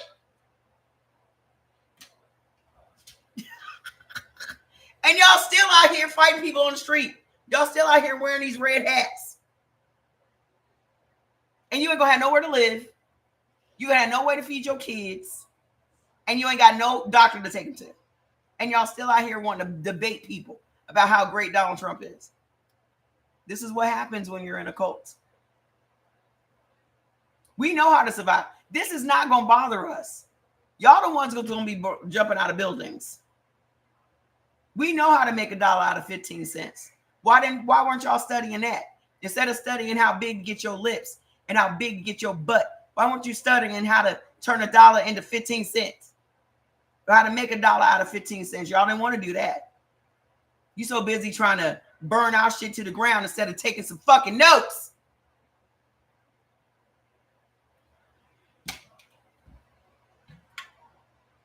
We've been broke. We know how to deal with broke. Instead of taking notes, instead of being jealous, you should have been trying to learn. Too late now, because now we're not willing to teach you shit. We're going to watch your ass crash and fucking burn. Because that's what you voted for.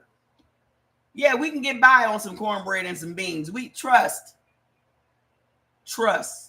We going to survive. We going to make it happen. But y'all be so busy hating on us, being jealous and envious of us, that you don't want to take no notes from us. So when the shit starts burning, I'm just going to sit back with some popcorn. Like, I'm glad to be back. Okay. For those of you that are wondering how it is that I got back, Hey, Rod, how you doing? My own products is what got me back on the mend. Because all that medicine and all that other shit, nothing helped me.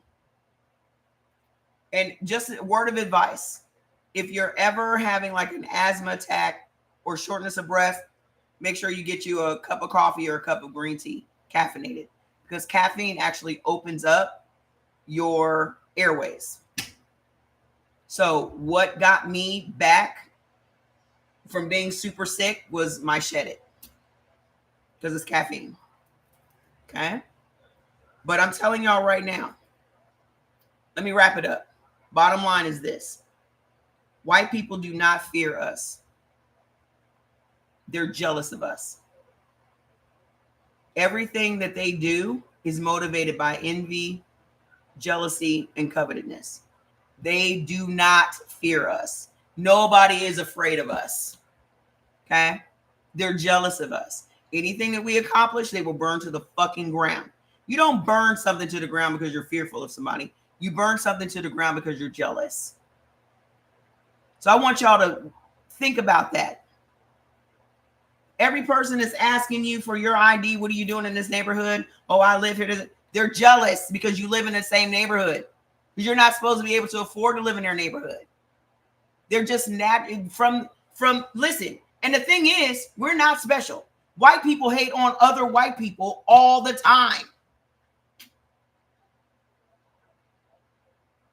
They have been doing it throughout history. From the first dispute, from Cain and Abel. Jealousy. It is in their DNA. It is who they are. We're not going to change that, guys.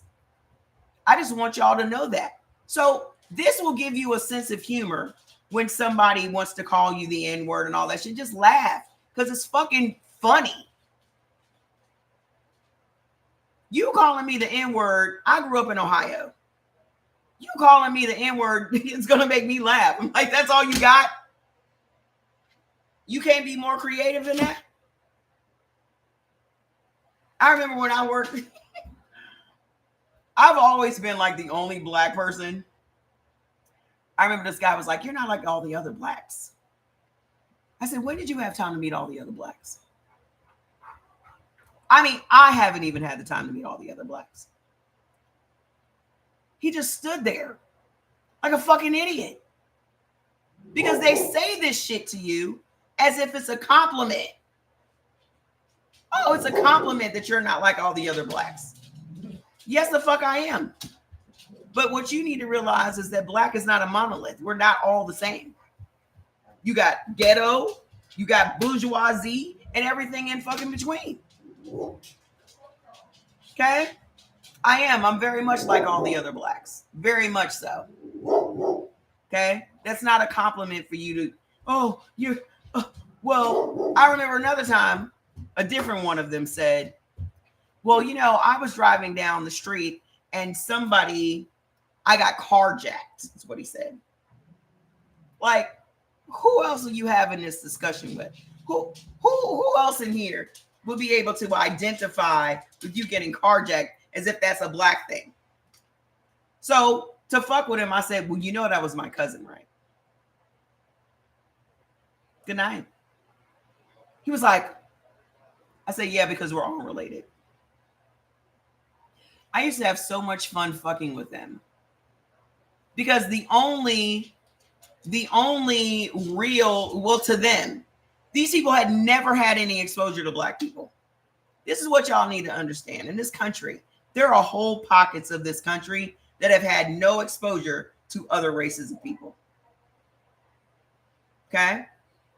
There are people in DC right now that have never had a whole conversation with a white person. And vice versa. So y'all need to understand that.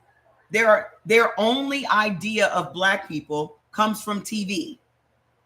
It comes from TV, it comes from music, it comes from videos. Their only exposure to black people is from the media and how we are portrayed through the media. So when you meet them, they're like, oh my God, you're not like what I thought in my mind. You're not like the prostitute that I saw on one of these show, Law and Order. Right? That's all they have. That's all they have to go on. Now, I'm not saying I'm forgiving of that because you shouldn't be that naive. But I will set you straight. Okay? I'm going to say it. I'm going to be like, well, when did you have time to meet all the other black people? Because that makes no sense to even say. So you probably shouldn't say that to somebody else. Because it's stupid. Right? It'd be like us going up to an Asian person like, oh, you're not like all the other Asians. How, in your mind, does that make sense to you? To say? The reason that a lot of people say the shit that they say is because no one's checked them. Y'all need to check motherfuckers. They get away with what they get away with because you let them get away with it. I'm going to check you every time, the first time. Because if you shenan once, you're going to shenan again. Y'all got to nip the shenanigans in the bud. Don't just be, oh, the fuck? That's not a compliment. Because they got to learn. Right?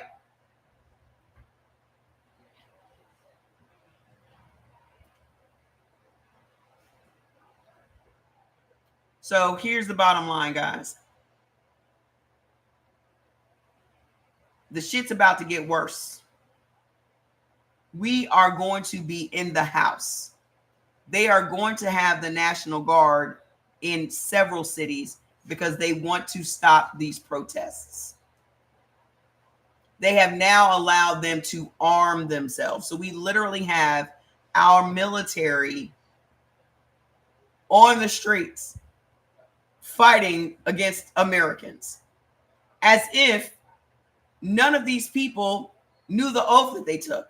Like none of these people know the Constitution or how the Constitution even works. I implore all black people to stay their asses in the house. Stay in the house. You said, I feel like I just walked into a firing squad. What do you mean? You mean with me? Yeah, it's only cities with black mayors. I said this from the very beginning. As soon as it happened in DC, I said, watch, it's going to be. You said you're late to this convo? No, you're not late. You're right on time. Miss Jackie, you should know me well enough that I am a black person that's not afraid to talk about race. Okay? If you're a white person and you're offended by anything I say, that's a you problem. Okay? Y'all have to not be so sensitive. That's the problem. If you're offended by something that somebody said, exactly. You know me well enough. Y'all, this is why we can't accomplish anything, because people get so offended by real talk. Okay? We have to stop being so sensitive, because this is real life. This is real shit. This is real American fucking history. Hey, how you doing? This is real American fucking history. And we're never going to be able to get along with each other if we can't be honest with each other. I remind you of your friend Nicole. We have to be honest with each other. Okay? I'm not sensitive about anything because I've grown up in a diverse environment. I mean, I grew up in Ohio, in Dayton, which was 50-50. So I grew up with white friends. I have very close white friends all the way up until my senior year. Y'all know, first of all, what is happening? Are y'all chasing each other? They got them little shoes on, y'all. I got to put up the video of Lincoln running. Come here, Link. Oh, you took your shoes off. Glad I got the video. Jordy took his shoes off. Fats, did you take your shoes off? His Crocs. Yes, I survived. Queen Keys, I survived. Listen, I grew up. They're fine. They had their little shoes on. Fats, you still got your Crocs on? I don't know where he is. But I had one of my best friends was Emily. Then I had Rachel. I grew up with white folks. And then my uncle gave me the autobiography of Malcolm X. So I read that over the summer going into my senior year of high school. So by the time I got back to my senior year in high school, white people were blue-eyed devils.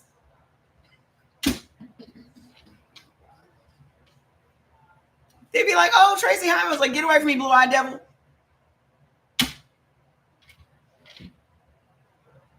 I did. Get away from me. So what I know about me is I go from one extreme to the other extreme. And then I find a happy medium. So where I am now is a happy medium. You've been called the devil, Miss J. I was all white, and then I was all black, and then I was going to Farrakhan rallies. I was listening to Public Enemy. I was hardcore, super black in the late 80s. I graduated in 87. I was super black. And then I found a happy medium in between there. But it totally enlightened me. I needed that to happen because I needed to have my eyes open to what's really going on out here. And a lot of people need to know that. Here's what I would suggest. Everybody need to read that book if you've never read it. Everybody needs to read that book if you've never read it. Okay? But there's a whole lot of stuff. We have a lot of hard feelings. Okay? We have a lot of hard feelings, a lot of open wounds. Everybody's scared. Everybody's fearful. Everybody's this. I'm not. However, what is going on right now is all by design. None of this shit is by accident. Everything that this administration is doing is to make us all feel terrorized. It is to make us all. Fats still has on his shoes. Come here, Fats. Come here, bud.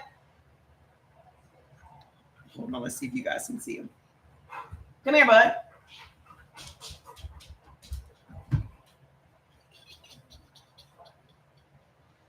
Look. Come here over here. Come here. Oh, Linka. You took your shoes off, bud.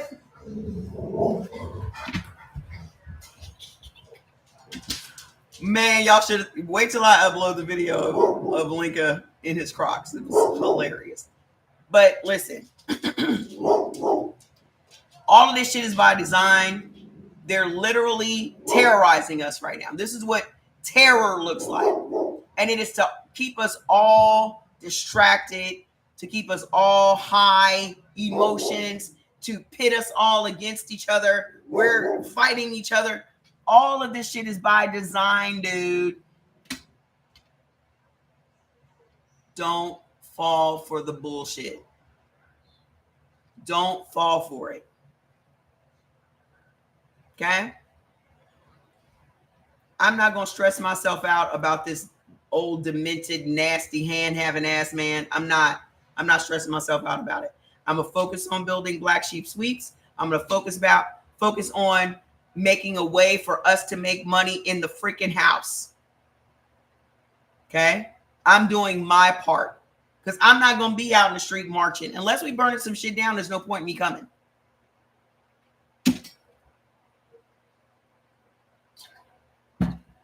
Unless there's going to be smoke in the city, there's no point in me going. Like, what's the point?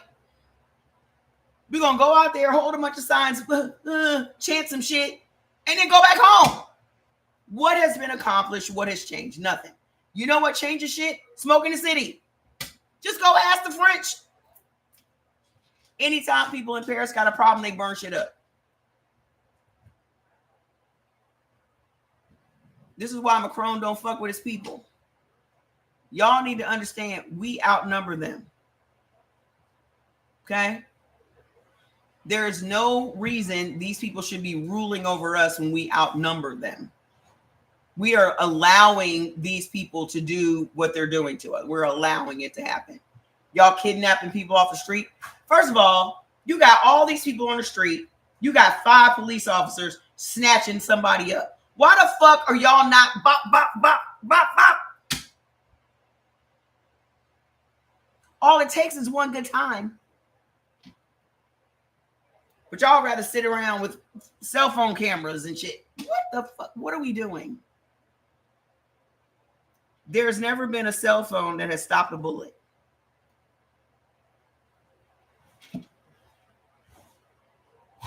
Well, I'm just going to record this so I can get paid. That's the mentality of people now.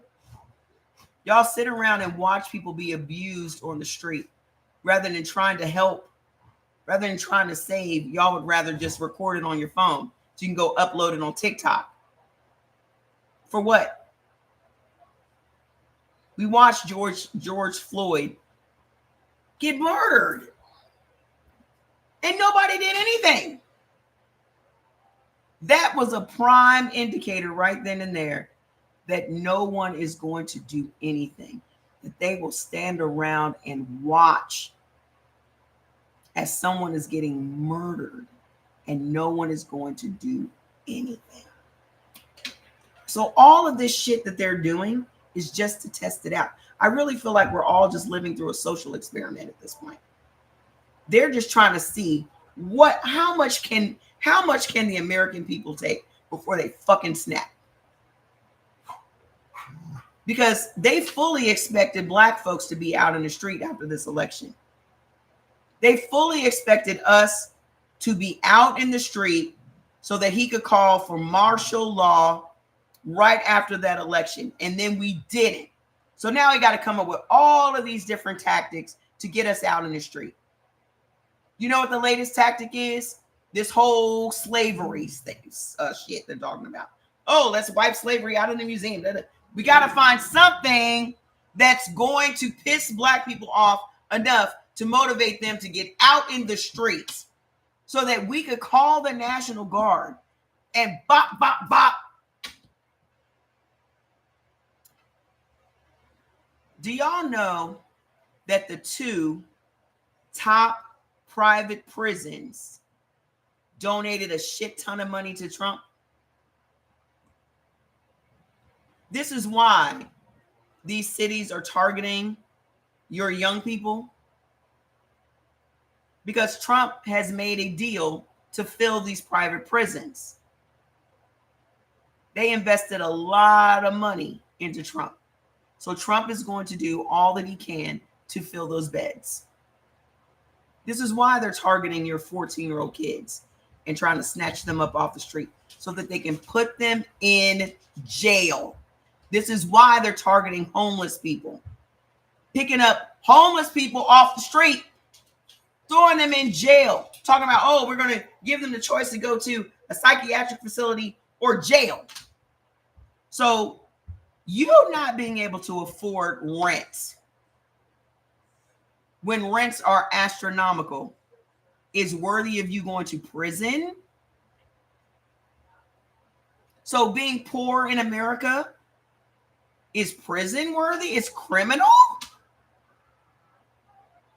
They are putting homeless people in jail.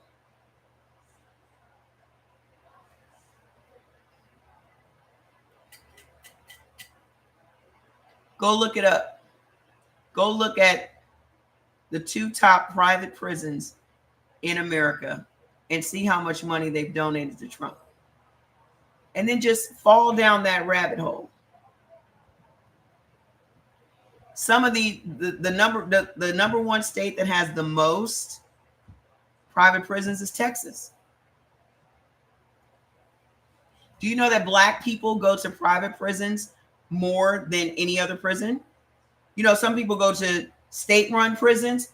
They send black people to private prisons more than they send them to state prisons. You know why? Because private prisons use their inmates for labor.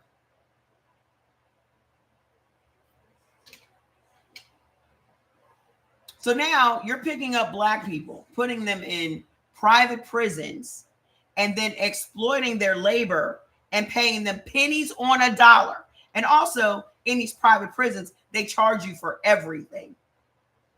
So when you go and work and you're supposed to be making a check for your labor, they take all of the expenses out of your pay. So you're literally working for commissary or phone calls or envelopes to send letters or stamps to mail letters. Go look it up. I fell down that rabbit hole the other day.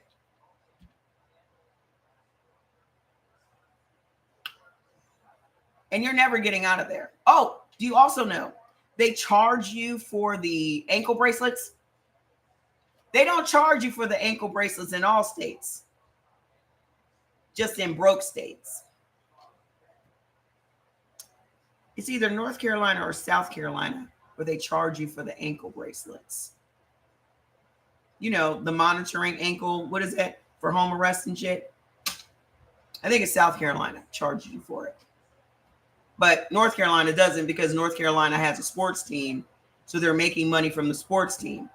But South Carolina doesn't have a sports team or any other revenue coming in. So they're using the prison. They also have a lot of private prisons there. So they're using the prison as fundraisers. A steady stream of income coming in. So how is this not a conflict of interest? How is this not a conflict of interest? I don't know how much they are. Go look it up. How is this not a conflict of interest? You're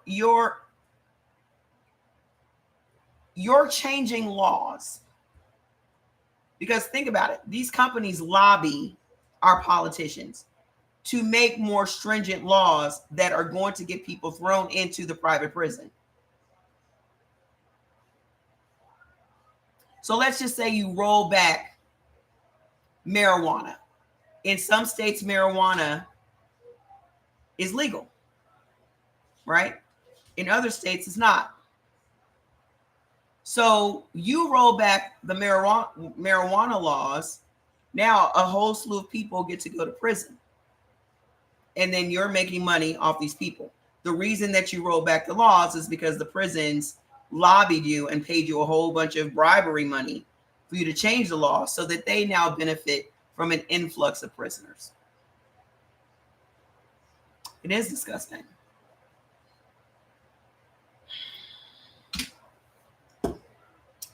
So all I can do is stay in my lane.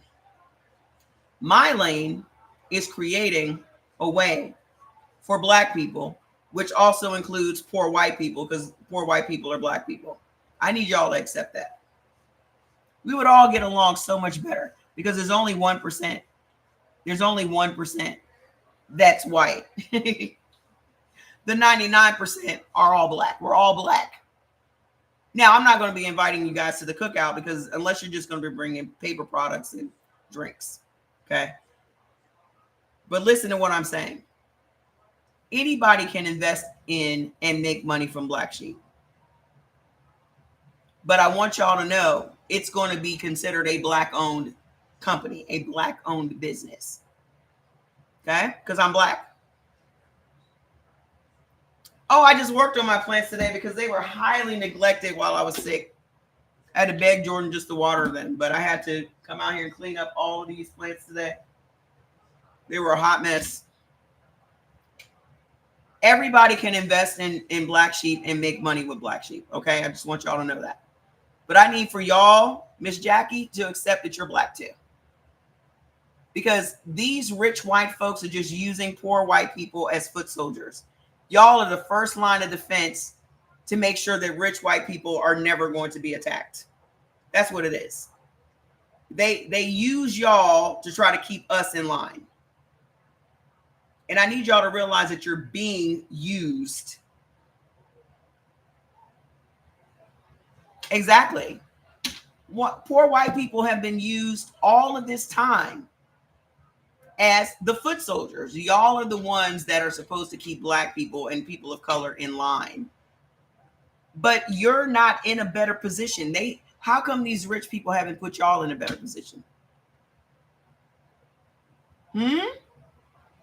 Why, after generation, y'all still live in Appalachia? Why generation after generation, y'all still on welfare? getting food stamps. What? Why? If these rich white people cared about y'all, y'all would be in a better position. But y'all are still in the exact same position that you've been in for 50 years. Yeah, they're enslaved. 99% of this country is enslaved. That's what I need y'all to accept. We have more in common with each other than any of us have in common with Jeff Bezos and Oprah Winfrey and all of these other rich people. We don't have nothing. Y'all white people have more in common with us than y'all have with them. They're not inviting you to the White House. They're not inviting you to their cookout. They're not inviting you to anything. You will never be on their level. So my thing is, why are y'all working so hard for their approval? Why are y'all working so hard to police us?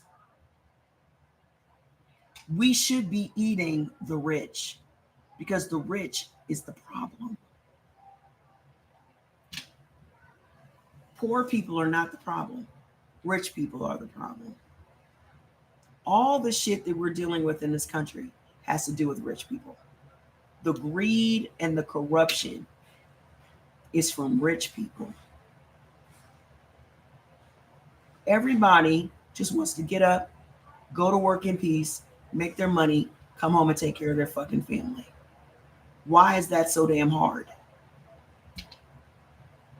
Because being black in America is not great. Being black anywhere is great. I don't know what the fuck you're talking about. I don't know what the fuck you talking about. Being black anywhere is great. I've never had a problem being black. I wouldn't want to be nothing but black. I don't give a shit if you said, you have a choice of being purple or yellow. I would still say, I'll just say black, please. I don't know where y'all get these negative ass attitudes from and these negative mindsets, but there's nothing that can make me not be proud of being a black woman in America. I don't give a fuck what's going on. I don't give a fuck. You are never going to hold me down.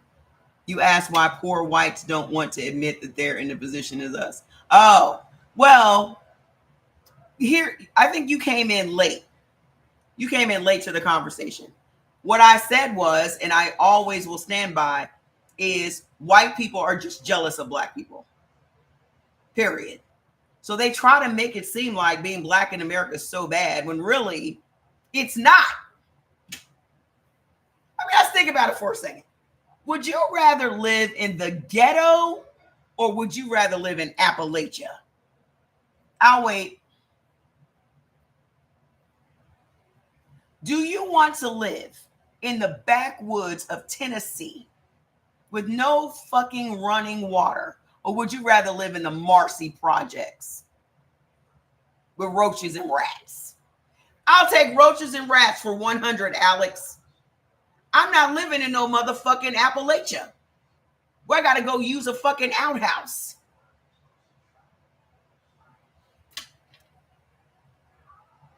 I don't give a fuck what's going on. Black people gonna make it fucking work. And not on top of making it work, we're gonna make it look good.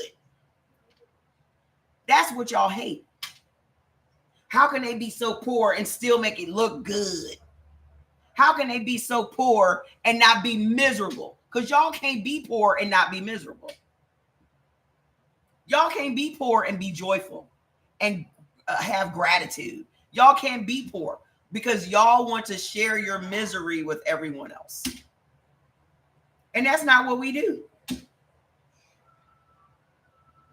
No matter how poor we are, we still gonna get up with gratitude every fucking day. Every day. We still gonna thank God he woke us up this morning. We gonna go work this piece of shit job. We still gonna, and we gonna make it look good, fucking good. And y'all hate that shit. Y'all be asking yourselves all the time, how do they still remain optimistic? We done tried everything possible to make them hate themselves. How come they don't hate themselves? Why would they still choose to be black if they could choose to be something else? They cannot understand why we out here doing line dances and still enjoying life. Popping them fans. Pop, pop, pop, pop. Because y'all are easily broken and we are not. Y'all gonna be jumping out of buildings in a minute. Y'all gonna be jumping off of parking garages in a minute. You know why? Because you ain't got no money in the bank. We never had no money in the bank. They wouldn't even allow us to put our fucking money in the bank. We used to not having money in the bank because there was a time they wouldn't allow us to put money in the bank.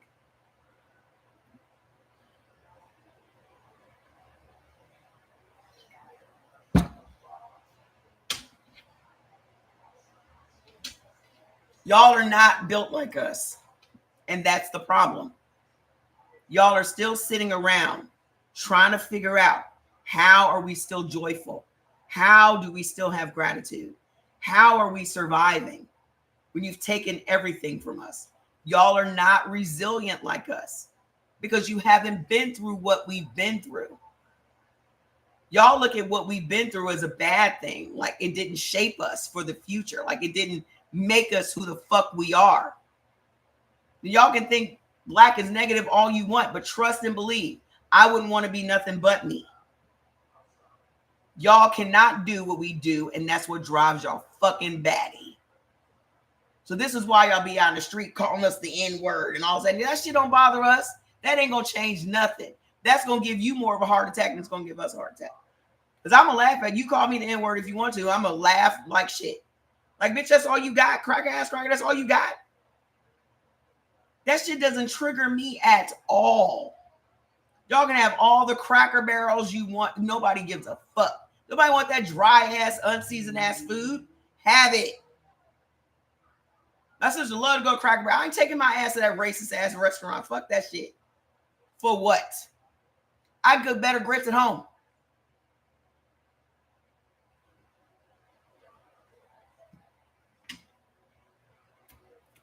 Yeah. We don't have money in our mattress for decades. All this shit that y'all go through, we already done been through it, boo-boo. We done already been there. We done been through it. We done survived it. We done came out on the other side better than we were today. Okay? None of this shit bothers us. Your problem is it doesn't bother us. So y'all gonna keep trying shit until y'all get us to the point that something bothers us. And I'm gonna tell you right now, you're gonna have to try and be real fucking creative because nothing bothers us. There's motherfuckers right now to be like, prison is nothing. 3 hots in a cot, and I got cable, and I can still use my phone. That's not a threat. To half the people in the country, it's not a fucking threat. Y'all gonna have to be real fucking creative.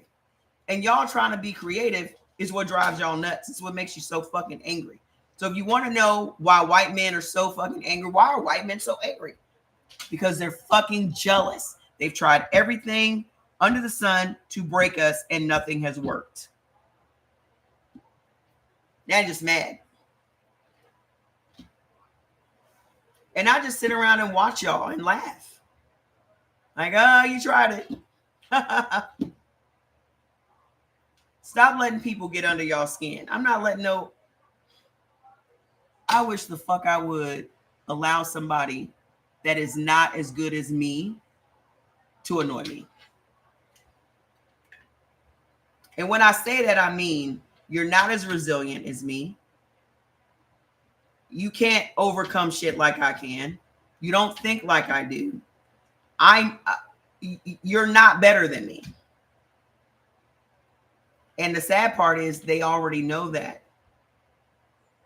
So all of these tactics are just to cover up the fact that they know they're not better than us. Okay? So I just want y'all to know I'm feeling much better. Tomorrow we are doing blood type stuff, all 4 blood types. So be ready to take some freaking notes. Okay? For baby formula, we had Carol. Absolutely. First, we had boobs. But also the Carol. I remember that Carol syrup. Carnation milk, hell yeah. Y'all need to go back to that shit. Y'all need to go back to that and leave this baby formula alone, because you know that baby formula is just estrogen. Half the country, 55% of the babies in this country are never supposed to drink baby formula because it's soy. So that's blood type O and blood type B.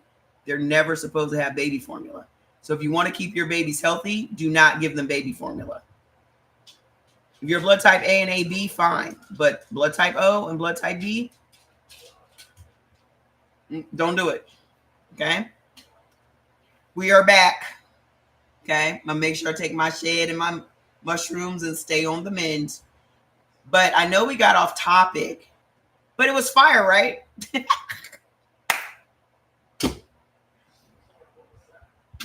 I just want y'all to raise y'all self-esteem. Okay? I just want y'all to raise y'all self-esteem. What we have been through is what we needed to go through to deal with the times that we're in today. No one can threaten us. No one can terrorize us again. You know why? Because we've been terrorized already. Everything that they're trying to do to us right now has already been done. I'm glad to see you, and it's been a long time. Yeah, I'm back. I survived. Everything that we're going through right now, we've already done. We've already seen it. We've already lived through it. We've already survived it. So don't let this shit drive y'all crazy.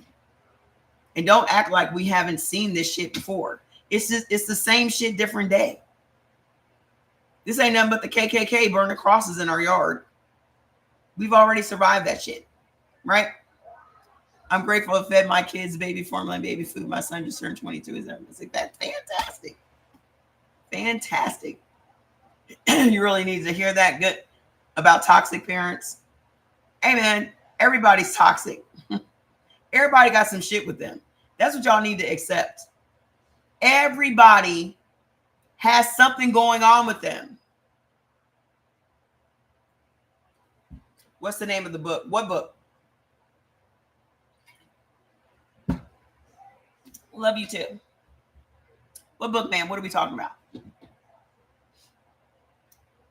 Hey, listen. Y'all gotta, hey, Lindy, I'm gonna say this to you. Your life is your own. Y'all gonna have to stop blaming people for y'all's problems.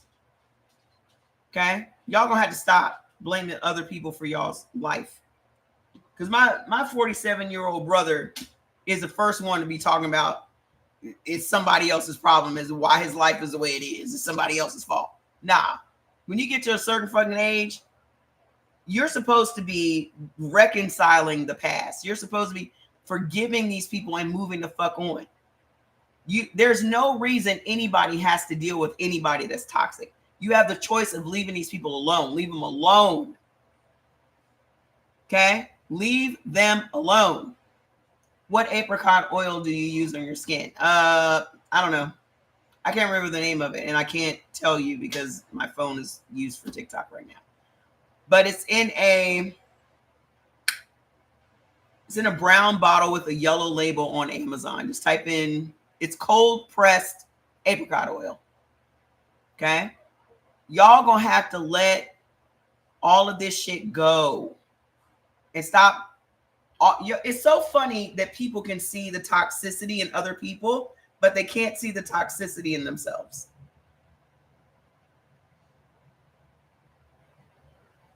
Okay? Usually, when you are experiencing something in other people, it's because you have drawn that to yourself. You are the magnet for toxic people. So ask yourself, what is it that I am doing to attract toxic people into my life? And start paying attention to your own actions. Okay? Because you're doing something to attract toxic people into your life. If every relationship you get into, you getting your ass whipped, then the common denominator is you. So ask yourself, what is it about me that makes me attract people that beat my ass? And then that's what you're going to have to work on. But y'all are way overgrown and too damn grown to be blaming toxic parent. Everybody's fucking parents were toxic. Who the fuck didn't have toxic ass parents? Both of my parents were toxic, but I survived and I thrived despite my family. That's how y'all have to start thinking about it. Okay? No longer can you sit back and rest and say, oh, I'm this way because of my parents. No, you're that way because you choose to be. I choose not to be like my parents. So you can choose not to be like your parents. I made a promise to myself that I was not going to be my mother to my son. Okay? This is why I'm a much better mother than my mother was to me, because I made a conscious effort to not be her. But y'all gonna have to let that shit go. I don't blame nobody for nothing going on with my life. Just like nobody can take credit for my life, because my life is what I created. Okay? My accomplishments is what I have accomplished. My mother can't be, I can't sit back and be like, oh, I have to thank my mom for it. My mom ain't have shit to do with who I am today. Nothing. Not one damn thing. Other than making me better. So I can't blame anybody for the circumstances in my life, just like I'm not giving nobody credit for the circumstances in my life. You're allowing them to give me money every month, and they paid for this house for me, so I have to figure this out. What is it that you need to figure out? So let me get this straight. Are they asking you to do something out of character? Like, I don't understand. If your parents are paying for your house, are they asking you to repay them in some type of way? Are they making you do something? Are they making you behave in a way that suits them because they're paying your bills?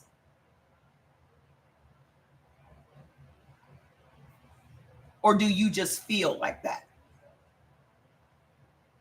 Did your parents explicitly come out and say, because we are paying your bills, you need to behave this way or that way?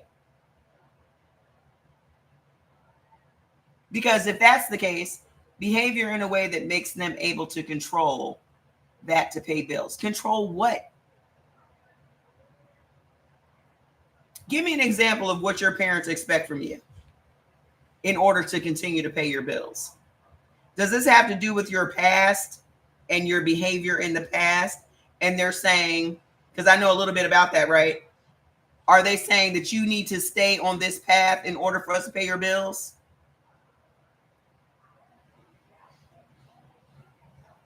Your dad said I was a loser, never been anything. I own my own home and make a great living. My mother told me that if it hadn't been for her, she would have had a better life. When I was 18 years old, she looked me dead in my face, like I'm looking right now, and said, if it hadn't been for you, I would have had a better life. And I said, I didn't lay down and fuck Harry Wilbon. You did. The fuck?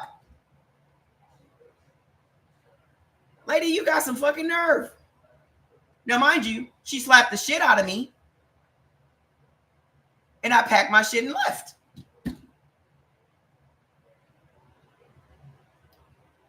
My mother should have known she wasn't going to get that shit off. She should have known that. Folks need someone to tell them the bit. Absolutely. Yeah, I moved out. I wasn't fighting her. First of all, my mother was fast. She was spry. She will. I wasn't fighting her, because if I fought her, I would have had to fight all three of my aunts and then probably my grandma. So it's better for me to get my shit and go.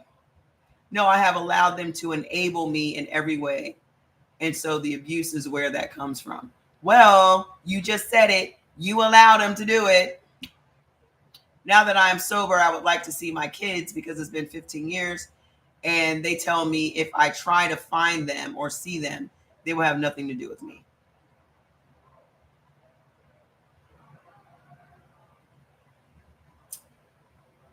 Well, you got to decide what you want to do. You gotta decide what you want to do, ma'am.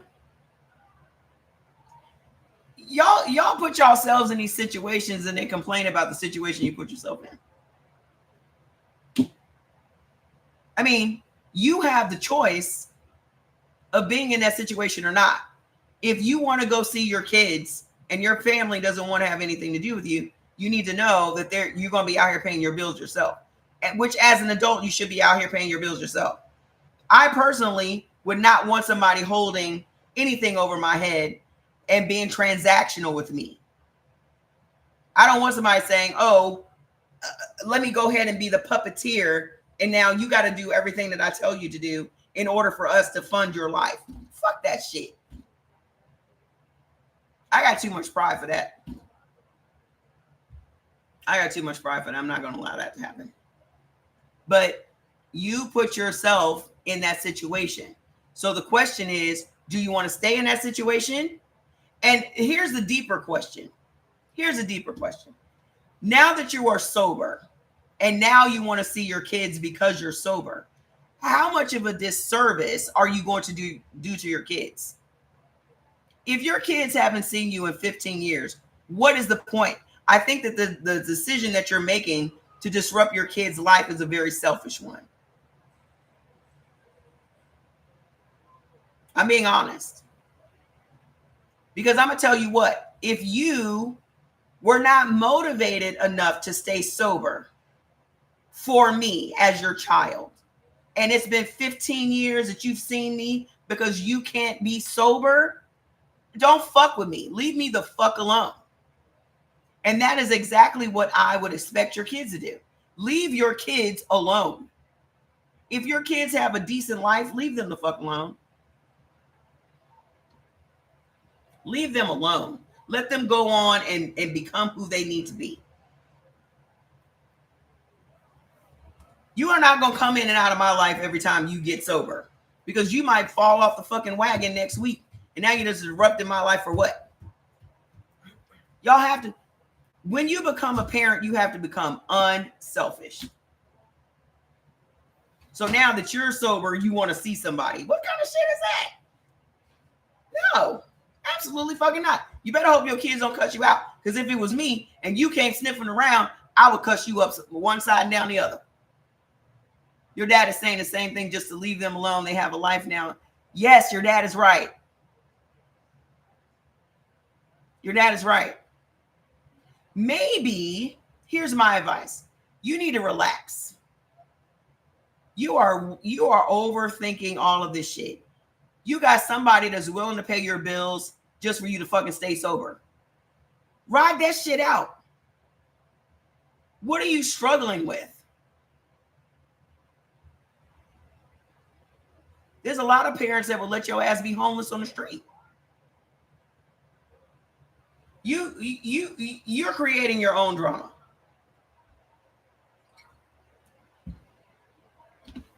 I do not like, I had to say this shit to my niece the other day.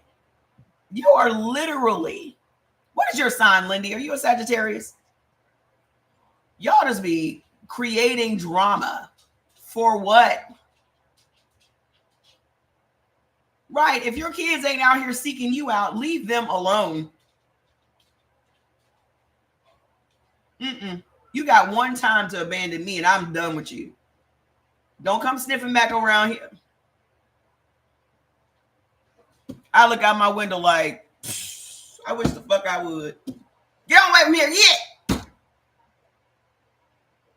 You got one time. We have the same birthday. You need to start acting like we got the same birthday. You need to start acting like it. I don't create drama for myself. I do not. I refuse. You need to start acting like we got the same birthday. Life is dramatic enough without you having to create some drama. I don't like excitement. I don't like surprises. I like the same shit to happen every day. Same shit. I don't be out here looking for nothing. Okay? So just relax.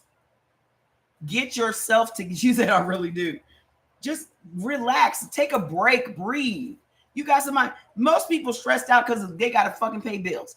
You ain't got to pay no bills. And you out here creating drama? Come on, Lindy. Come on. Girl, relax. My birthday is February 20th. Let your pop pay them bills. You go ahead and do your yoga down there by the stream. I saw the stream is beautiful. Take advantage of that shit and fucking relax. In a year, after you done healed up and been on the wagon, we can address it again. But right now, you need to relax. I wish the motherfucker would come up and be like, yeah, I'm gonna pay your $3,000 a month rent and da da da da da da. All you gotta do is keep doing what you're doing. Bet. Why y'all making shit hard? Oh, you're the 21st. I'm February 20th. Oh, you Stormy Wellington's birthday. That explains a lot. I have the same birthday as Rihanna. Okay.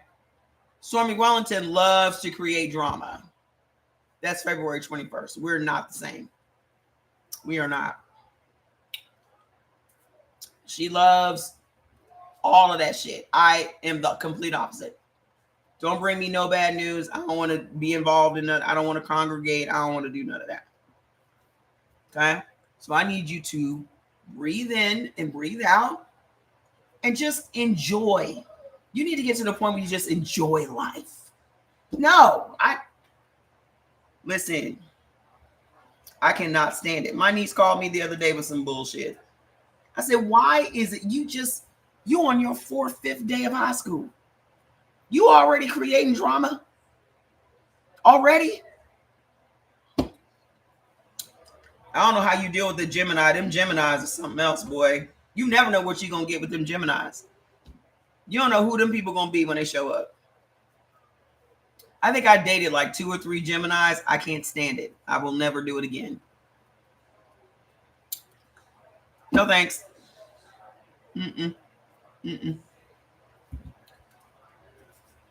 I need you to be the same person you were yesterday. I need you to be the same person you were. I'm a Gemini. I need you to be the same person you were yesterday. Who are you? Every day is going to allow me to reintroduce myself. No. If you aren't the same person you were yesterday, get out. That's true. The older you get, the less time. Yes, that's exactly right. You said her dad is too. Oh, no. Oh, no. I love how you are so forefront with me because I understand how it's being instructed.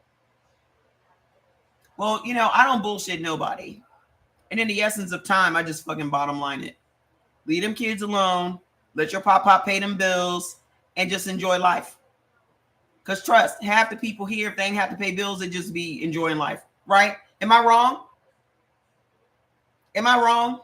If somebody came along and said, I'll pay all your bills, wouldn't you just be relaxing and enjoying life?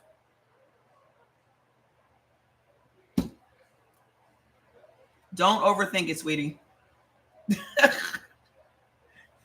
All you got to do is stay clean, focus on your yoga and feeling good every day, and that's it. Shit. Anybody out here will trade positions with you right now? Because I saw your backyard with the stream and all that shit. I'll do it. Okay? I'll do it. You need some gratitude, sweetie. Again, white people, y'all do not know how to be grateful. I don't understand it. I cannot wrap my mind around it. We done been through all this slavery and beatings and breedings and rapes and all this other shit. And we still can find a way to be grateful. Y'all have been in these positions of privilege and you still can't be grateful. What is wrong with y'all?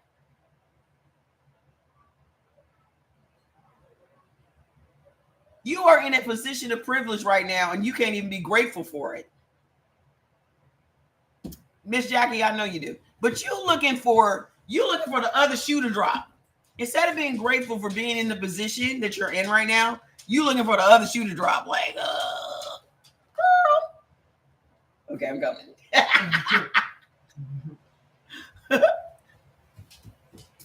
Be grateful. The last time I told myself I was grateful was over a week ago. You got to be grateful multiple times a day, baby.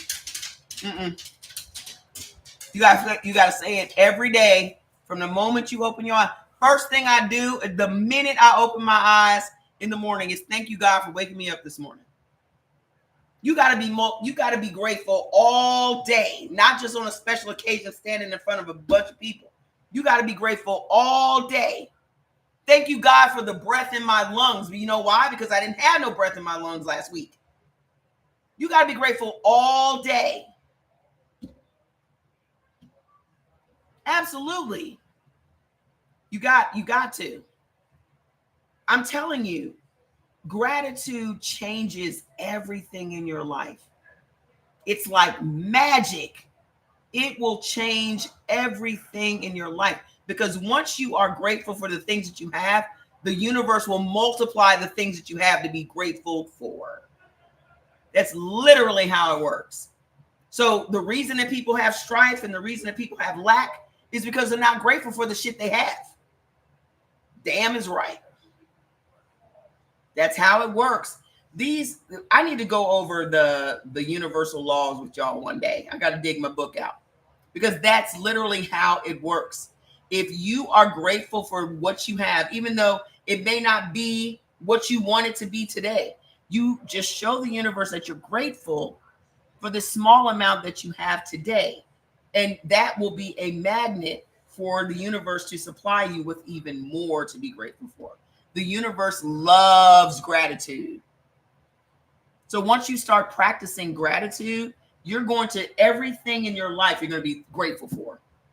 I'm grateful for this food. I'm grateful for somebody saying hello to me today. I'm grateful for this. I'm grateful for this traffic being light. I'm grateful for all day. Absolutely. The minute I open my eyes, I'm like, thank you. Thank you, God, for waking me up this morning. You know why that's very specific to me? Because my sister died in her sleep. My sister went to bed and did not wake up.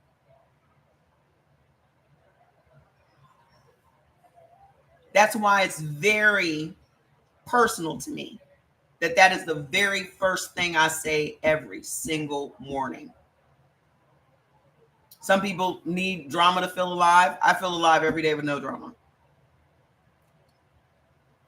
Y'all need to work on that. If y'all need drama to feel alive, no, thank you. No, thanks. I would not. Peace is way too valuable to me. I'm very grateful for the peace that I have in my life. I'm very grateful for the lack of drama. I'm very grateful for the lack of toxicity. I'm very grateful for just not having to deal with people I don't want to deal with. I'm grateful for that. But I think those people that feel like they need drama, I don't think that they practice gratitude. I don't think that they practice gratitude. I don't. So that's why they create these dramatic situations, because they're not grateful for what their life is today. Try it. Just try it for 7 days and watch what happens. We should do a gratitude challenge. Just try it for 7 days and watch how your life changes. Just try it for a week. And if you need to write it down and put it on your refrigerator just to remind you, do that. Just sit down and make a list of everything that you're grateful for. Start with everything that's in you. A clear mind, my energy, my strong body, my health, and then do external. And put that shit on your refrigerator. And every day you say, I'm grateful for this, I'm grateful for this, I'm grateful for this, I'm grateful for this. And you go from there. That's it. That's all you gotta do. And then you'll get in a habit of doing it. You're on that challenge. And so I need to post that. I need to post that now. What are you doing, like a hi, fat daddy? Come here. Come here. You want a snack? You want a snack? Come here. If you don't come, I'm not going to give it to you.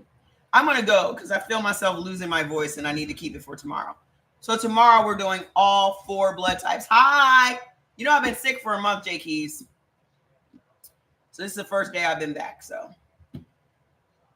Our words are power as well. And we need to absolutely speak life into yourself.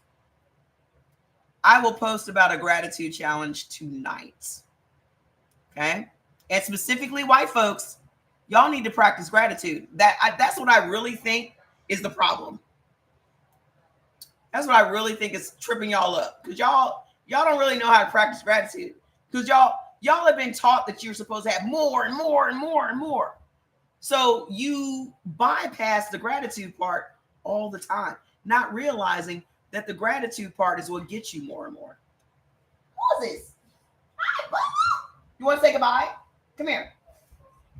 Come here. Come here. Oh, I want to see his shoes. Come here.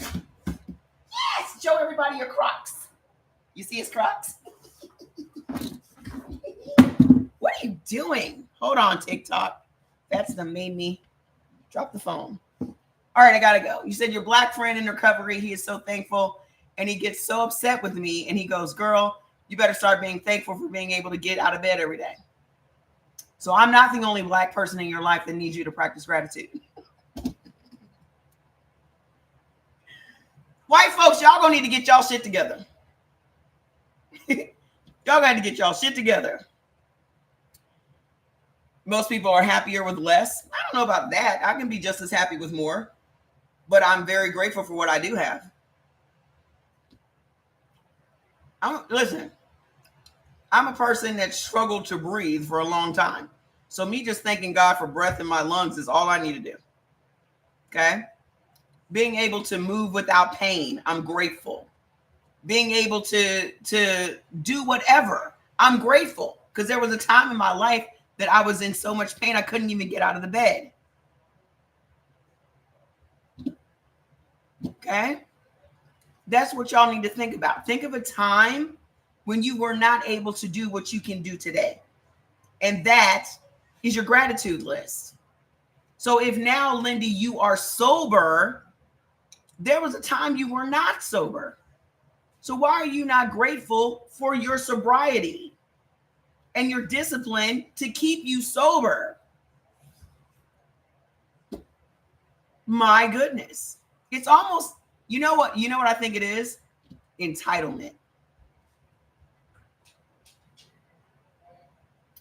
That's the problem. Y'all feel entitled to so much you feel like you don't need to be grateful for it. That's the difference between y'all and us. Y'all feel like y'all are entitled to be rich. You're entitled to this. You're entitled to that. Black people never felt entitled to anything. So we always feel like we're blessed to have these things. That creates the gratitude. Y'all don't feel gratitude because you feel like it's supposed to happen. That's your problem. Y'all be shocked when white people be poor. Like, what the fuck? Like, white people aren't supposed to be poor. White people are supposed to be privileged. Yeah, they have privileges. It always cracks me up when white people are poor. I'm like, why are you poor? Yeah, y'all love being a victim. Woe is me. And that's the thing about it is y'all try to make that us, and we are never that. It always cracks me up when y'all say shit like, oh, y'all are always a victim. Black people have never been the fucking victim. Even when we're the victim. When has a black person sat back and said, oh, woe is me, it's the man. That's some made up shit. That's some shit y'all made up.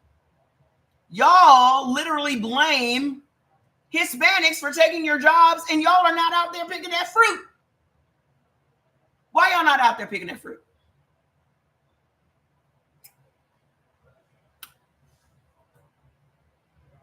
Y'all want all Hispanics taken out of the country. Yet y'all are not out there picking that fucking fruit. Why y'all not out there picking that fruit?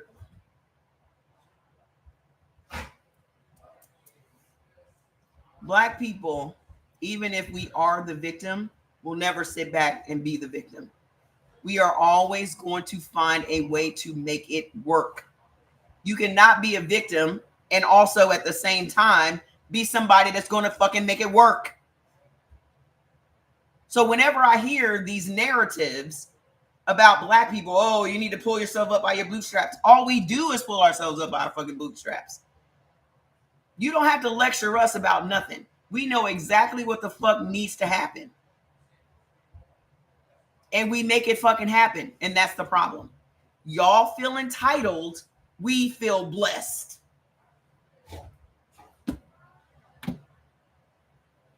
That's the difference between y'all and us. The minute you ask a white person, well, how are you doing today? Oh, this is a problem, and this is a problem, and this is a problem. Black people, blessed. Blessed to be alive. Blessed to be peaceful. Blessed to have a job. Blessed to have a house. Blessed to have a car. Blessed, we can run it down. Y'all, not so much. You're the smartest around and you live in reality. My thing, I don't understand it. Y'all have had the leg up. Y'all got all of this privilege. You know what goes even further than privilege? Benefit of the doubt. Because white people have the benefit of the doubt regardless of the shit that y'all do. They're always going to hear you out. They're always going to take into consideration all this, that, and the other. No one wants to pick the fruit. But you want the fruit pickers to be thrown out the country.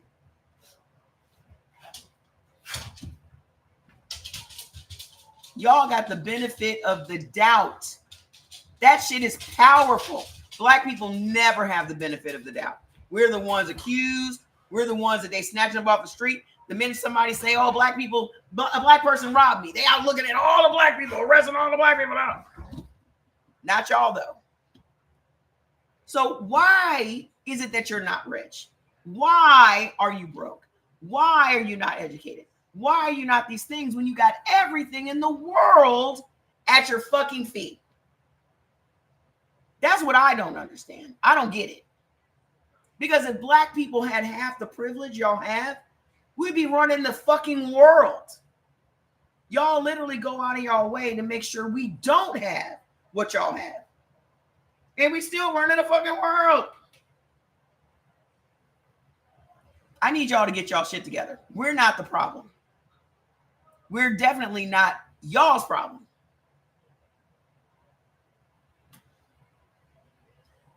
I don't know what kind of mirrors y'all got in y'all house, but y'all need to take a long, hard look in it.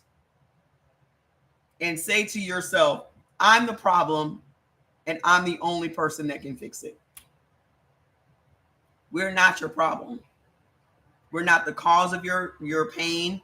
We're not the cause of you being broke. We're not the cause of y'all not going to school. We're not the problem. Even though they will make it seem like we're your problem.